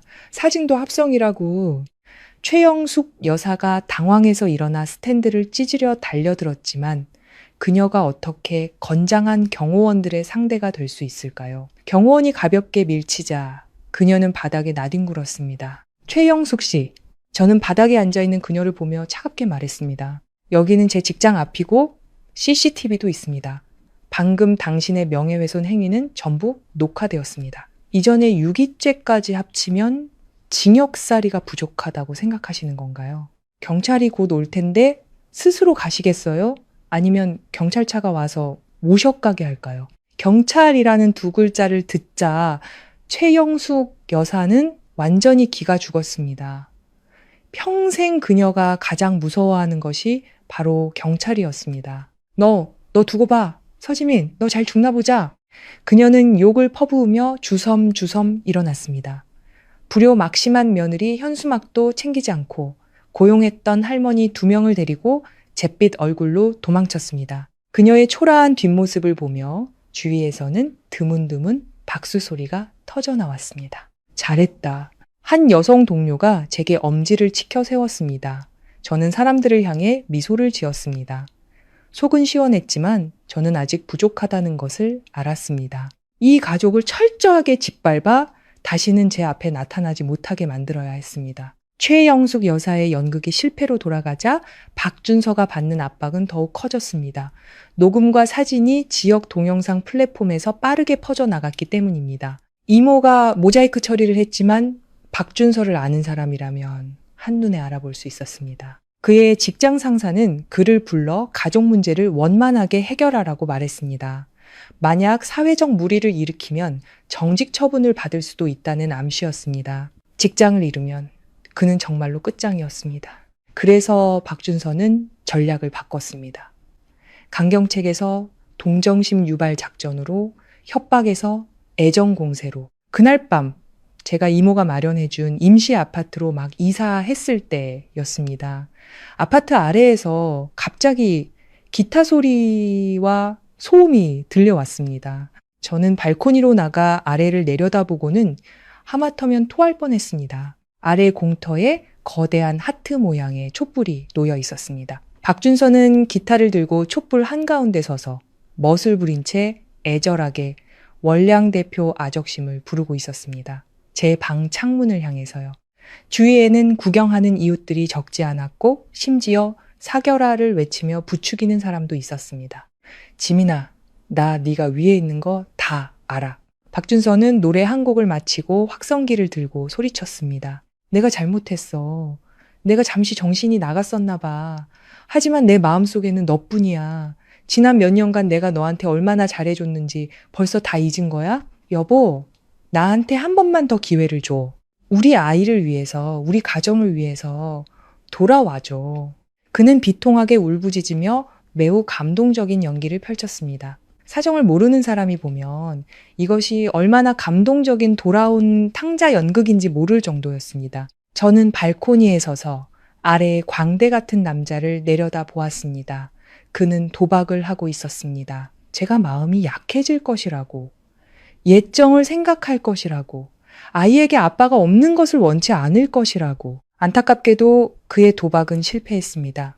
장미 한 송이의 감동에서 눈물을 흘리던 서지민은 이미 분만실에서 한번 죽었습니다. 지민 씨, 제가 내려가서 처리할까요? 제 등 뒤에 서 있던 경호원이 물었습니다. 아니요. 저는 몸을 돌려 집 안으로 들어갔습니다. 제가 직접 할게요. 2분 후 저는 붉은색 분말 소화기 한 통을 들고 아파트 아래에 나타났습니다. 박준서는 제가 내려오는 것을 보고 눈이 빛났습니다. 제가 감동받았다고 생각한 것이죠. 그는 즉시 다가와 저를 맞이했습니다. 지민아, 역시 네가 나를 버리지 못할 줄 알았어. 역시. 푸첫. 하얀 분말이 긴 용처럼 뿜어져 나와 박준서의 머리와 얼굴을 향해 직사했고 바닥에 사랑의 촛불까지 꺼버렸습니다. 콜록, 콜록, 콜록. 박준서는 머리부터 발끝까지 하얀 분말을 뒤집어 쓰고 마치 밀가루통에서 막 기어나온 귀신처럼 기침을 해댔습니다. 구경하던 사람들도 깜짝 놀라 뒤로 물러섰습니다. 저는 소화기를 내려놓고 손에 먼지를 털었습니다. 박준서 씨, 이제 정신이 좀 들어요? 박준서는 얼굴의 분말을 닦아내며 초라한 모습으로 저를 보았습니다. 서지민, 너 미쳤어? 나는 너한테 사과하러 온 거야. 너를 붙잡으러 왔다고. 붙잡아? 제가 차갑게 비웃으며 바닥에 난장판을 가리켰습니다. 당신의 이건 붙잡는 게 아니라 스토킹이야. 당신의 이건 애정이 아니라 쇼라고. 촛불 몇 개 켜고 낡은 노래 몇 소절 부르면 당신이 저지른 그 역겨운 짓들이 다 사라질 것 같아? 저는 한 걸음 다가가 그의 눈을 뚫어져라 쳐다보며 한 글자 한 글자 힘주어 말했습니다. 박준서 씨, 지금 당신을 보면 그날 분만실에서 내가 쏟아냈던 오물덩어리를 보는 것 같아. 역겨워 죽겠다고. 그 말은 따귀처럼 박준서의 얼굴을 강타했습니다. 주위 군중 속에서 폭소가 터져 나왔습니다. 오물덩어리래. 하하, 비유 한번 기가 막히네. 저 남자 쌤통이다. 아내가 죽어갈 땐 여행 가놓고 이제 와서 애정쇼라니. 침이나 뱉어줘라. 하얀 분말소. 박준서의 얼굴이 붉게 달아올랐습니다. 창피함, 분노, 절망이 그의 얼굴에서 교차했습니다. 서지민, 너 꼭 이렇게까지 해야겠어? 그가 이를 갈며 물었습니다. 매정하다고? 당신들이 나를 병원에 버려두고 거들떠 보지도 않은 것, 나를 빈손으로 내쫓으려 한 것에 비하면 내가 한 건 아무것도 아니지. 이건 정당방위라고. 꺼져. 당장 꺼지지 않으면 방금 당신 꼴을 당신 직장 단톡방에 올려서 동료들이 당신의 이 귀신 같은 애정쇼를 감상하게 해줄 테니까. 박준서는 원망스럽게 저를 마지막으로 쳐다보고는 몸을 돌려 허둥지둥 도망쳤습니다. 그의 황급한 뒷모습을 보며 제 마음은 조금도 흔들리지 않았습니다. 뒤늦은 애정, 그것은 정말 잡초보다도 못한 것이었습니다. 박준서의 애정 공세가 실패로 돌아가자 박씨 집안은 완전히 궁지에 몰렸습니다. 이혼 합의서에 사인을 했으니 집은 곧 제 명의로 넘어갈 것이고 배상금과 변호사 비용까지 합치면 박씨 집안은 거대한 경제적 위기에 직면했습니다. 최영숙 여사는 박준서를 지키려면 돈을 내야 했지만 돈이 어디서 나올까요? 박준서의 돈은 모두 시누이 박준희에게 빼돌려져 있었습니다. 최영숙 여사는 당연히 딸에게 돈을 내놓으라고 하면 이 위기를 넘길 수 있을 것이라 생각했습니다. 하지만 그녀는 인간의 본성이 특히 돈 앞에서는 얼마나 시험에 약한지 잊고 있었습니다. 그날 저는 진명의 이전 마지막 절차를 위해 변호사 사무실에 갔습니다. 문 앞에 도착하자마자 안에서 다투는 소리가 들려왔습니다. 최영숙 여사와 박준희였습니다. 아마 재산은닉의 법적 위험에 대해 변호사 상담을 받으러 왔다가 싸움이 붙은 모양이었습니다. 준희야, 내 동생이 지금 죽게 생겼다고. 그 4억 5천만 원 원래 걔 돈이잖아. 빨리 꺼내서 돌려줘. 서지민 쪽 배상금부터 해결해야지. 안 그러면 걔 감옥 가. 최영숙 여사의 목소리는 다급하면서도 명령조였습니다. 엄마, 그 돈은 준서가 자발적으로 나한테 준 거잖아. 박준희의 목소리는 그녀보다 더 날카로웠습니다. 그리고 우리 집도 지금 힘들어. 큰애는 학원 보내야 하고 작은애는 분유 사야 하는데 내가 돈이 어디 있어. 너 어떻게 그렇게 말할 수 있어? 내 친동생이잖아. 친동생이면 누나를 해쳐도 돼? 박준희도 작정한 듯 했습니다. 엄마, 나만 닥달하지 마. 엄마 손에도 옛날 집 철거 보상금 있잖아. 왜 엄마는 안 내놔? 그건 내 노후 자금이야. 손댈 수 없어. 엄마 돈은 노후 자금이고 내 돈은 바람에 날아온 돈이야. 박준희가 차갑게 비웃었습니다. 그리고 이 모든 게 누구 탓인데 애초에 엄마가 우리를 여행 가자고 조르지 않았으면 그 제왕절개 수술비 아끼자고 고집 부리지 않았으면 오늘 이 꼴이 났겠어? 엄마가 준서를 망친 거야. 이 은혜도 모르는 년. 최영숙 여사가 화가 나 손을 들었습니다. 내가 은혜도 모른다고? 박준희가 피하며 소리쳤습니다. 엄마도 착한 척 좀 그만해. 엄마가 왜 그렇게 서지민이 딸 낳은 걸 못마땅해 했는지 내가 모를 줄 알아? 준서한테 다른 여자 점찍 얻어서 그런 거잖아. 그 이장님 딸 예단이 형만 요구하고 아들 낳아준다고 보장했다면서? 엄마는 서지민을 내쫓고 그 여자를 들이려고 했던 거잖아. 문 밖에서 그 말을 듣던 저는 걸음을 멈췄습니다. 그랬던 것이었군요. 단순히 남아 선호 사상이나 인색함 때문이 아니었습니다. 그들은 이미 저를 대체할 계획을 세우고 있었던 것입니다. 너 무슨 헛소리야. 최영숙 여사는 전곡을 찔렸는지 목소리가 갈라졌습니다. 헛소리? 그 대화 기록. 내가 다 봤어. 박준희는 더욱 기세등등하게 말했습니다. 그리고 준서의 이전 결혼. 그 여자는 왜 도망쳤는데? 엄마가 낙태하라고 닥달해서 도망친 거 아니야? 우리 집은 그냥 사기 결혼 소굴이야? 엄마가 누굴 탓할 자격이 있어. 짝! 날카로운 손찌검 소리가 울렸습니다. 입 닥쳐! 너! 입 닥치라고! 최영숙 여사가 분노에 차 소리쳤습니다. 바로 그때 제가 문을 열고 들어섰습니다. 방 안의 두 사람은 즉시 입을 다물었습니다.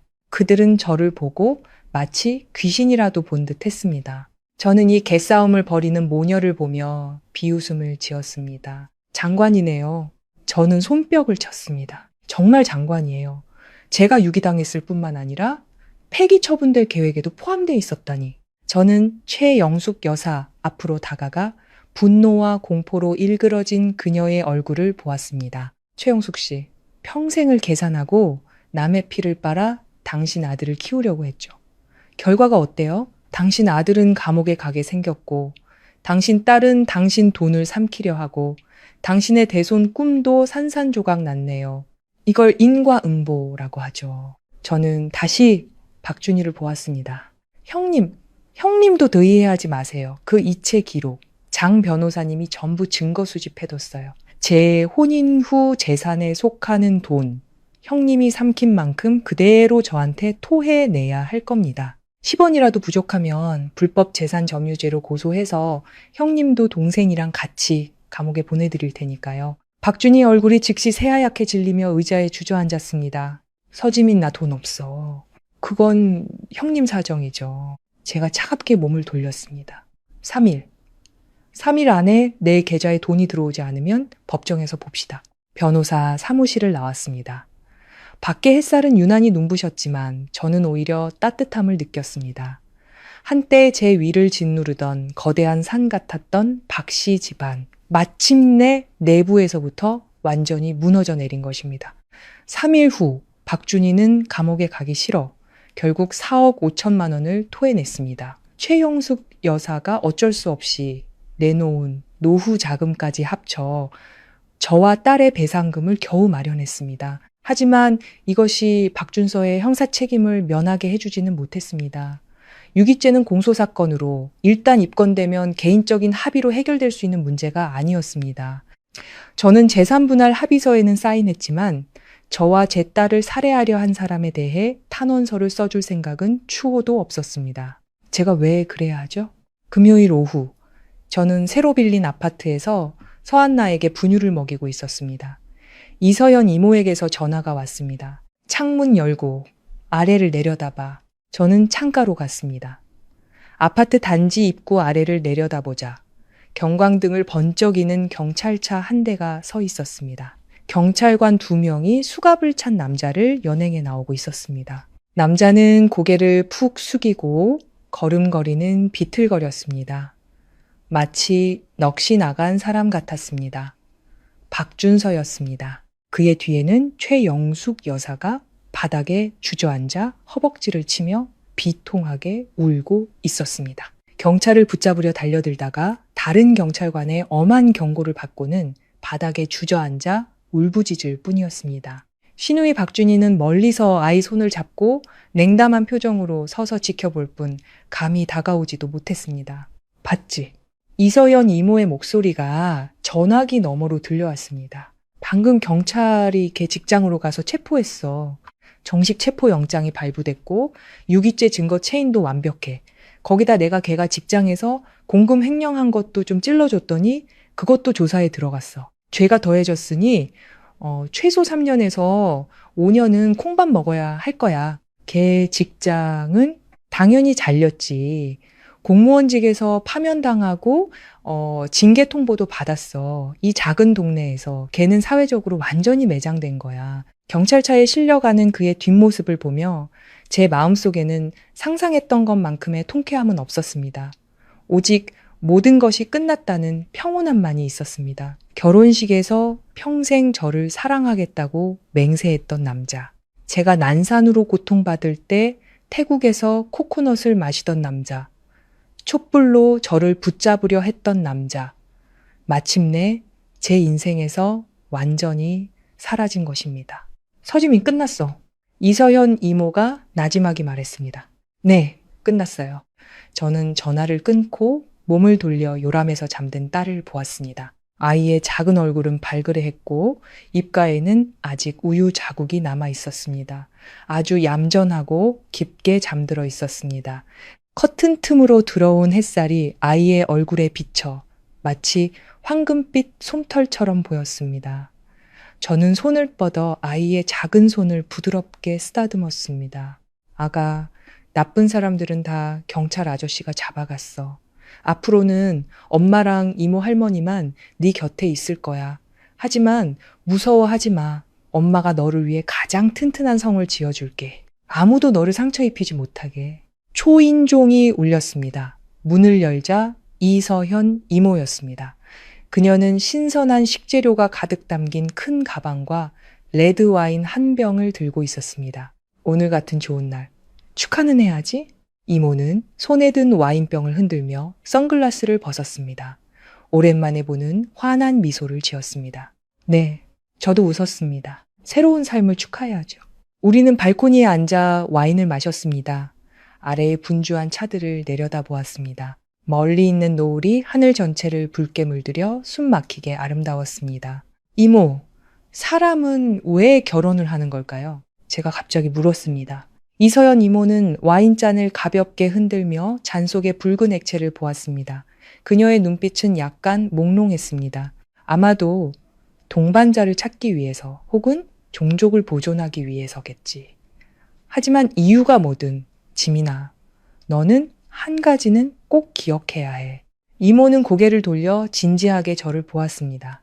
결혼은 안전한 피난처가 아니야. 너 자신이 피난처가 되어야 해.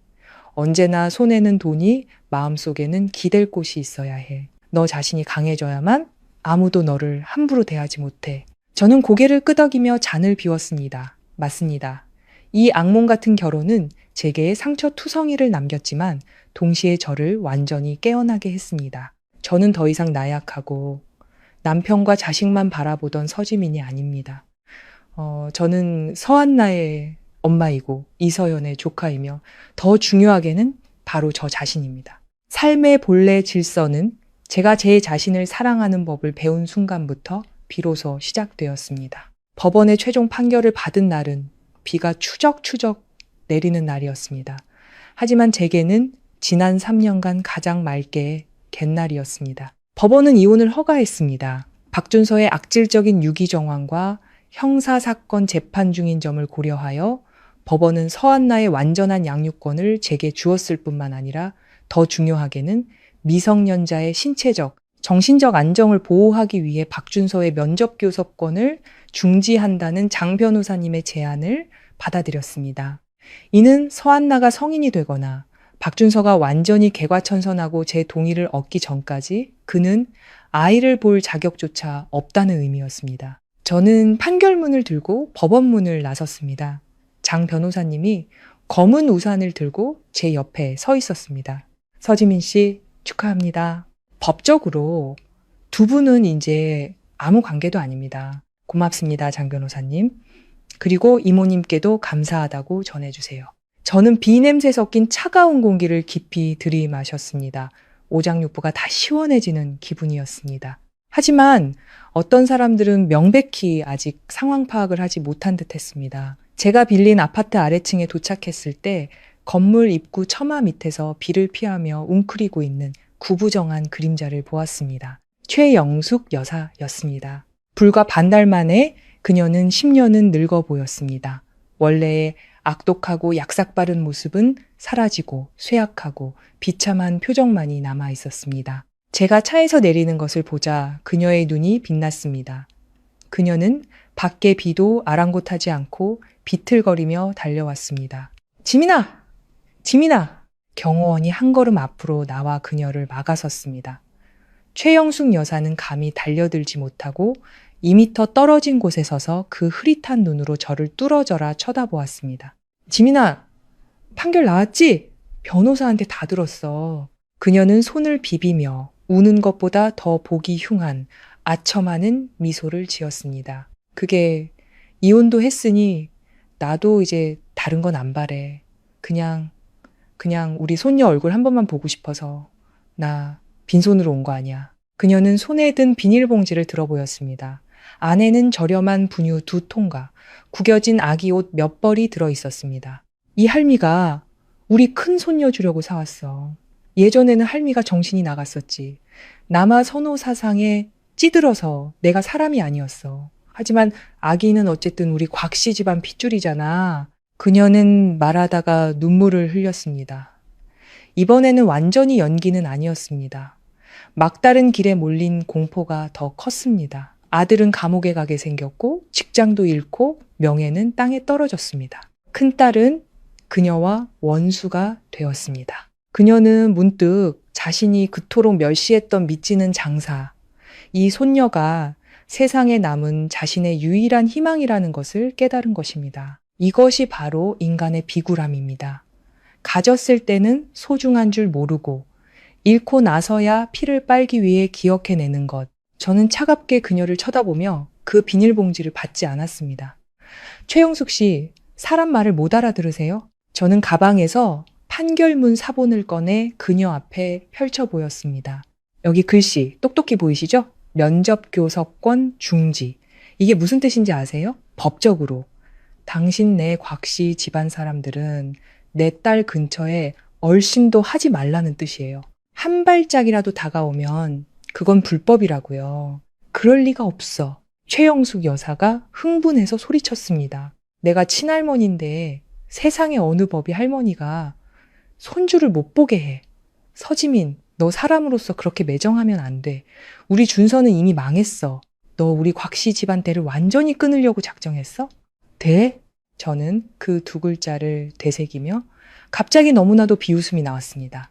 최영숙 씨, 예전에 분만실 밖에서 믿지는 장사면 힘쓰지 말라고 하셨죠. 그때는 대가 끊길 생각은 안 하셨어요? 당신네 온 가족이 태국 여행 가서 내 딸을 인큐베이터에 병원비 미납으로 방치했을 때 그때는 대가 끊길 생각 안 하셨냐고요? 저는 한 걸음 다가가 그녀를 압박했습니다. 그때 당신들은 내 딸이 죽기를 바랐잖아요. 안 그래요? 이제 박준서가 감옥에 가게 생겼고 당신들 노후를 책임져 줄 사람도 없으니 이제야 이 손녀가 생각나는 거예요? 이 아이를 당신네 곽씨 집안의 마지막 동아줄로 삼아서 나중에 당신들 노후를 책임지게 하고 싶으신 거죠? 저는 고개를 저으며 잔인한 미소를 지었습니다. 꿈 깨세요. 이 아이가 호적에 서시성을 올린 순간부터 당신들이 태국으로 등을 돌린 순간부터 이 아이는 당신네 곽씨 집안과 아무 관계도 없어졌어요. 법적으로는 서한 나이고 혈연적으로는 당신들은 자격이 없어요.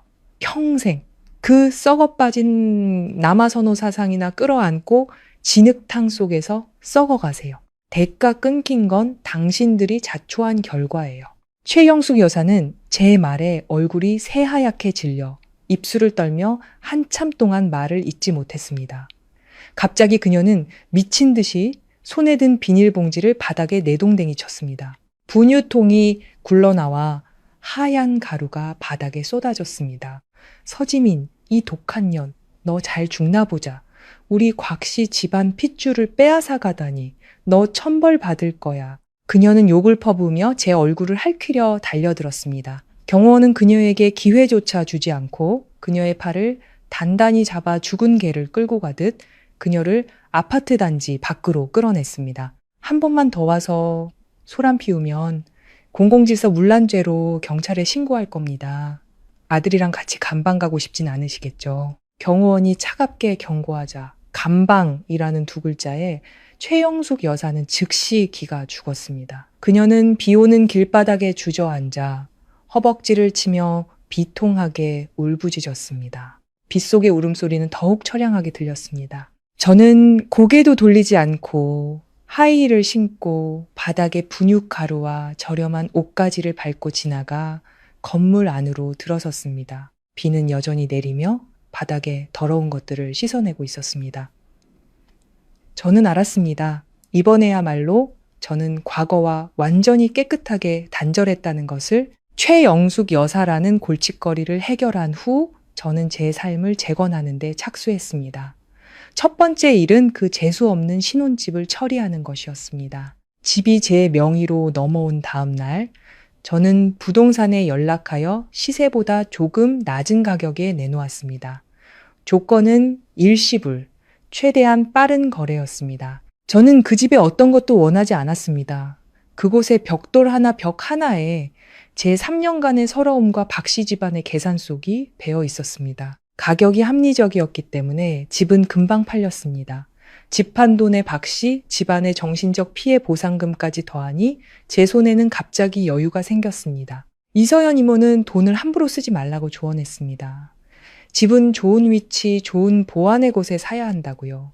미혼모에게는 안전과 교육 자원이 최우선이었습니다. 이모의 조언에 따라 저는 도심의 고급 아파트 단지에 100제곱미터 넓이의 침실 2개짜리 아파트를 구입했습니다. 이곳은 최고의 유치원과 초등학교에서 단 한 블록 떨어져 있었고 보안이 철저하여 출입카드가 없으면 파리 한 마리도 들어올 수 없었습니다. 이사하는 날, 저는 고물상에 연락하여 옛집의 모든 것을 치웠습니다.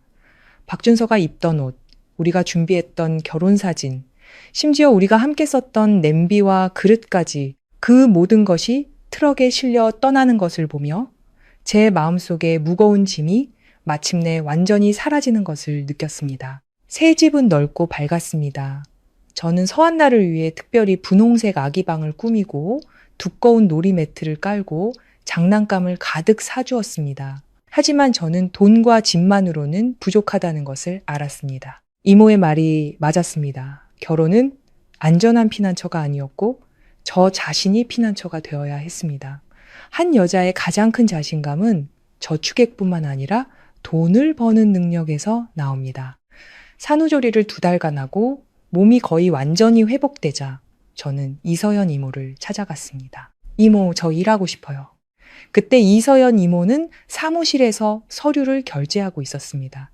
그녀는 고개를 들어 혈색이 좋고 눈빛이 단단한 저를 보고는 칭찬하는 듯한 미소를 지었습니다. 잘 생각했어. 아이 키우는 거 쉽지 않을 텐데. 잘 생각했어요. 안나는 산후도우미 이모님과 베이비시터가 돌봐주고 있고 제가 하루 종일 아이 곁에만 있을 수는 없어요. 저는 안나에게 돈만 쓰는 부자가 아니라 롤모델이 되고 싶어요. 제가 반 농담으로 말했습니다. 좋아. 이서연 이모가 펜을 내려놓았습니다. 결혼 전에 네가 CPA 자격증도 딴 수석 재무 분석가였다고 기억하는데 맞지? 네. 자격증은 아직 있어요. 3년 동안 손을 놓긴 했지만요. 자격증이 있으면 됐어. 머리라는 건 쓰면 쓸수록 잘 돌아가는 법이니까 이서연 이모는 서랍에서 채용 제안서 한 장을 꺼냈습니다. 내 회사에 마침 재무이사 보조 자리가 비어 있어. 초봉은 높지 않고 업무 강도는 아주 높아. 네가 내 조카라고 해서 봐주는 사람 아무도 없을 거야. 도전해볼래? 마다할 이유가 없죠. 저는 그 채용 제안서를 받았습니다. 직장 복귀의 길은 쉽지 않았습니다. 기반이 있었지만 3년의 공백은 컸습니다. 많은 세무 정책이 바뀌어 있었습니다. 회사에 출근한 3일 동안 저는 재무이사를 따라 정신없이 일했습니다. 밤에 집에 돌아와 안나를 재우고 나면 다시 책상에 앉아보고 서를 보며 보충 학습을 해야 했습니다.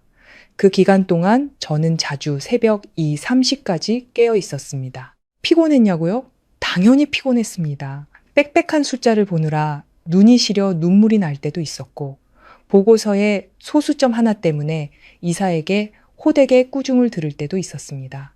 하지만 이 피로는 박씨 집안에서 겪었던 억울함과는 전혀 달랐습니다. 이것은 희망으로 가득 찬 성장하는 피로였습니다. 어려운 문제를 해결할 때마다 월급을 받을 때마다 제 기획안이 채택되는 것을 볼 때마다 저는 제 척추가 조금씩 단단해지는 것을 느낄 수 있었습니다. 반년 후 저는 뛰어난 세무 기획안으로 회사에 수백만 달러의 비용을 절감해 주었고 파격적으로 재무팀 부장으로 승진했습니다. 승진 통보를 받은 날 저는 이모에게 근사한 저녁을 대접했습니다. 우리는 통유리창 앞에 앉아 이 도시의 화려한 불빛을 감상했습니다. 이모, 고맙습니다. 저는 와인잔을 들었습니다. 제게 돈을 주셔서 감사한 게 아니라 제게 다시 일어설 기회를 주셔서 감사해요. 이서연 이모가 제 잔에 잔을 부딪혔습니다. 그녀의 눈빛은 다정했습니다. 네, 자신에게 고마워해. 길은 네가 스스로 걸어간 거고 나는 그냥 지팡이 하나를 건네줬을 뿐이야. 지민아, 지금 내 모습이 작년 결혼식 때보다 훨씬 아름다워. 저는 유리창에 비친 제 모습을 보았습니다. 짧게 자른 머리, 세련된 오피스룩, 밝고 자신감 넘치는 눈빛. 남편 주위만 맴돌던 나약한 서지민은 그 비 오던 밤 분만실에서 죽었습니다. 지금의 저는 서한나의 엄마이고 직장의 엘리트이며 제 운명의 주인인 여왕입니다. 집에 돌아오니 서한나가 깨어 있었습니다. 이제 8개월 된 아이는 포동포동하게 살이 올라 있었습니다. 제가 돌아온 것을 보고는 작은 두 팔을 벌려 안아달라고 하며 어눌하게 엄마라고 불렀습니다. 저는 아이를 안아 올려 작은 얼굴에 입을 맞췄습니다. 아가, 엄마 왔어. 이것이 바로 제 새로운 삶입니다. 소위 완전한 가정은 없지만 여기에는 사랑과 존엄 그리고 희망이 있습니다. 그것으로 충분했습니다. 시간은 빠르게 흘러 어느덧 1년이 지났습니다. 오늘은 주말이고 햇살이 아주 좋았습니다. 저는 이제 막 걷기 시작한 서한나를 데리고 도심 중앙공원으로 나들이를 나왔습니다. 잔디밭에 체크무늬 돗자리를 깔고 과일과 간식을 가득 차렸습니다. 서한나는 붉은색 작은 원피스를 입고 마치 세뱃돈 그림 속 아기처럼 앞에서 날아다니는 나비를 따라 비틀거리며 뛰어다녔습니다. 안나야, 천천히 넘어지겠다. 저는 웃으며 뒤를 따랐습니다. 손에는 카메라를 들고 아이의 모든 순간을 기록했습니다. 지금의 서한나는 활발하고 명랑하며 누구를 봐도 잘 웃었습니다. 갓 태어났을 때 인큐베이터 안에서 힘겹게 숨 쉬던 모습은 전혀 찾아볼 수 없었습니다. 서지민. 옆 벤치에서 머뭇거리는 쉰 목소리가 들려왔습니다. 저는 걸음을 멈추고 고개를 돌렸습니다.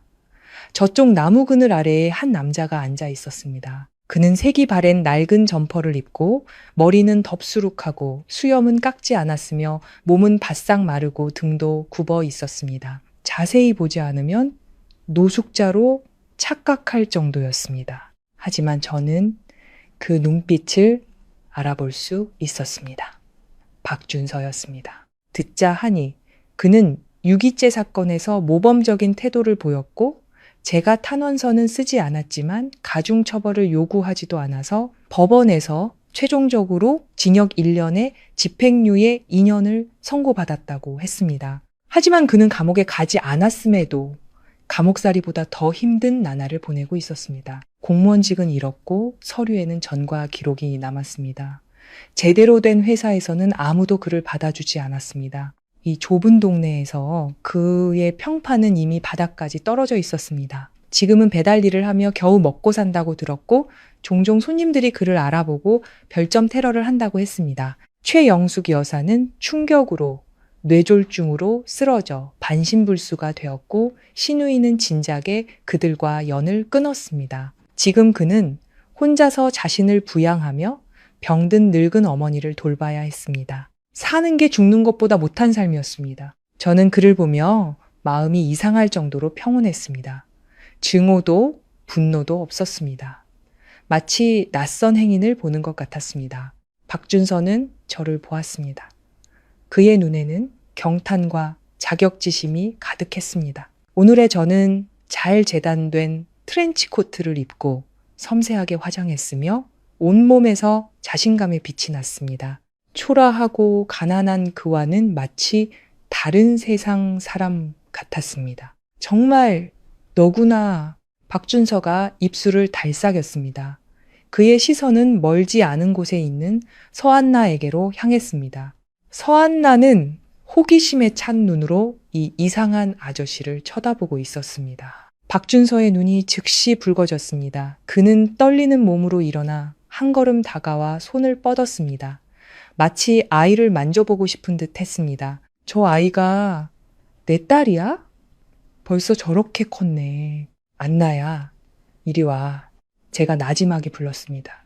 서한나는 즉시 짧은 다리로 제게 달려와 제 다리를 껴안고 경계하는 눈빛으로 박준서를 보며 아이 목소리로 물었습니다. 엄마, 이 아저씨 누구예요? 아저씨한테서 냄새 나요. 박준서가 뻗었던 손이 허공에서 굳어버렸습니다. 아저씨, 냄새 나요. 이 두 마디는 칼처럼 그의 심장을 찔렀습니다. 그는 옥처럼 예쁜 자신의 핏줄을 이어받았지만 자신을 전혀 모르는 딸을 보았습니다. 안면 근육이 격렬하게 경련했습니다. 서지민, 나 그냥 아이 한번 보고 싶어서 다른 뜻은 없어. 박준서의 목소리가 메었습니다. 나 정말 후회해. 만약 그때 만약은 없어요. 제가 그의 말을 잘랐습니다. 목소리는 오늘의 날씨를 이야기하듯 평온했습니다. 박준서 씨, 성인은 자신의 선택에 책임을 져야 해요. 당신은 태국을 선택했고 돈을 아끼는 걸 선택했고 우리를 버리는 걸 선택했어요. 그럼 지금의 결과를 받아들여야죠. 저는 무릎을 꿇고 서한나의 치마를 정리해주며 다정하게 말했습니다. 안나야, 우리 저기 가서 미끄럼틀 탈까? 여기는 공기가 안 좋네. 네. 서한나가 즐겁게 동의하며 제 손을 잡았습니다. 저는 일어나 딸의 손을 잡고 몸을 돌려 떠났습니다. 처음부터 끝까지 저는 박준서를 다시는 쳐다보지도 않았습니다. 미친 듯한 질책도 통쾌한 모욕도 없었습니다. 최고의 경멸은 무시니까요. 그는 제가 어떤 감정도 낭비할 가치가 없는 사람이었습니다. 서지민, 뒤에서 박준서의 억눌린 울음소리가 들려왔습니다. 후회와 절망으로 가득 찬 비명이었습니다. 하지만 저는 돌아보지 않았습니다. 햇살이 저와 딸의 위에 쏟아져 더없이 따뜻했습니다. 부드러운 바람이 불어와 풀과 꽃의 향기를 실어왔습니다. 이것이 바로 제가 원했던 삶입니다. 예전에는 결혼을 이루면 하늘이 무너질 것이라 생각했습니다. 이제야 알겠습니다. 무너진 그 하늘은 저를 가두고 있던 우물의 뚜껑에 불과했다는 것을, 그것을 밀어내니 밖에는 넓은 세상, 자유로운 공기, 그리고 무한한 가능성이 있었습니다. 삶의 본래 질서는 인내하며 얻어지는 것이 아니라 스스로 한 걸음 한 걸음 강해져 쟁취하는 것입니다. 저는 딸의 작고 따뜻한 손을 꽉 잡고 햇살을 향해 힘차게 걸어 나갔습니다.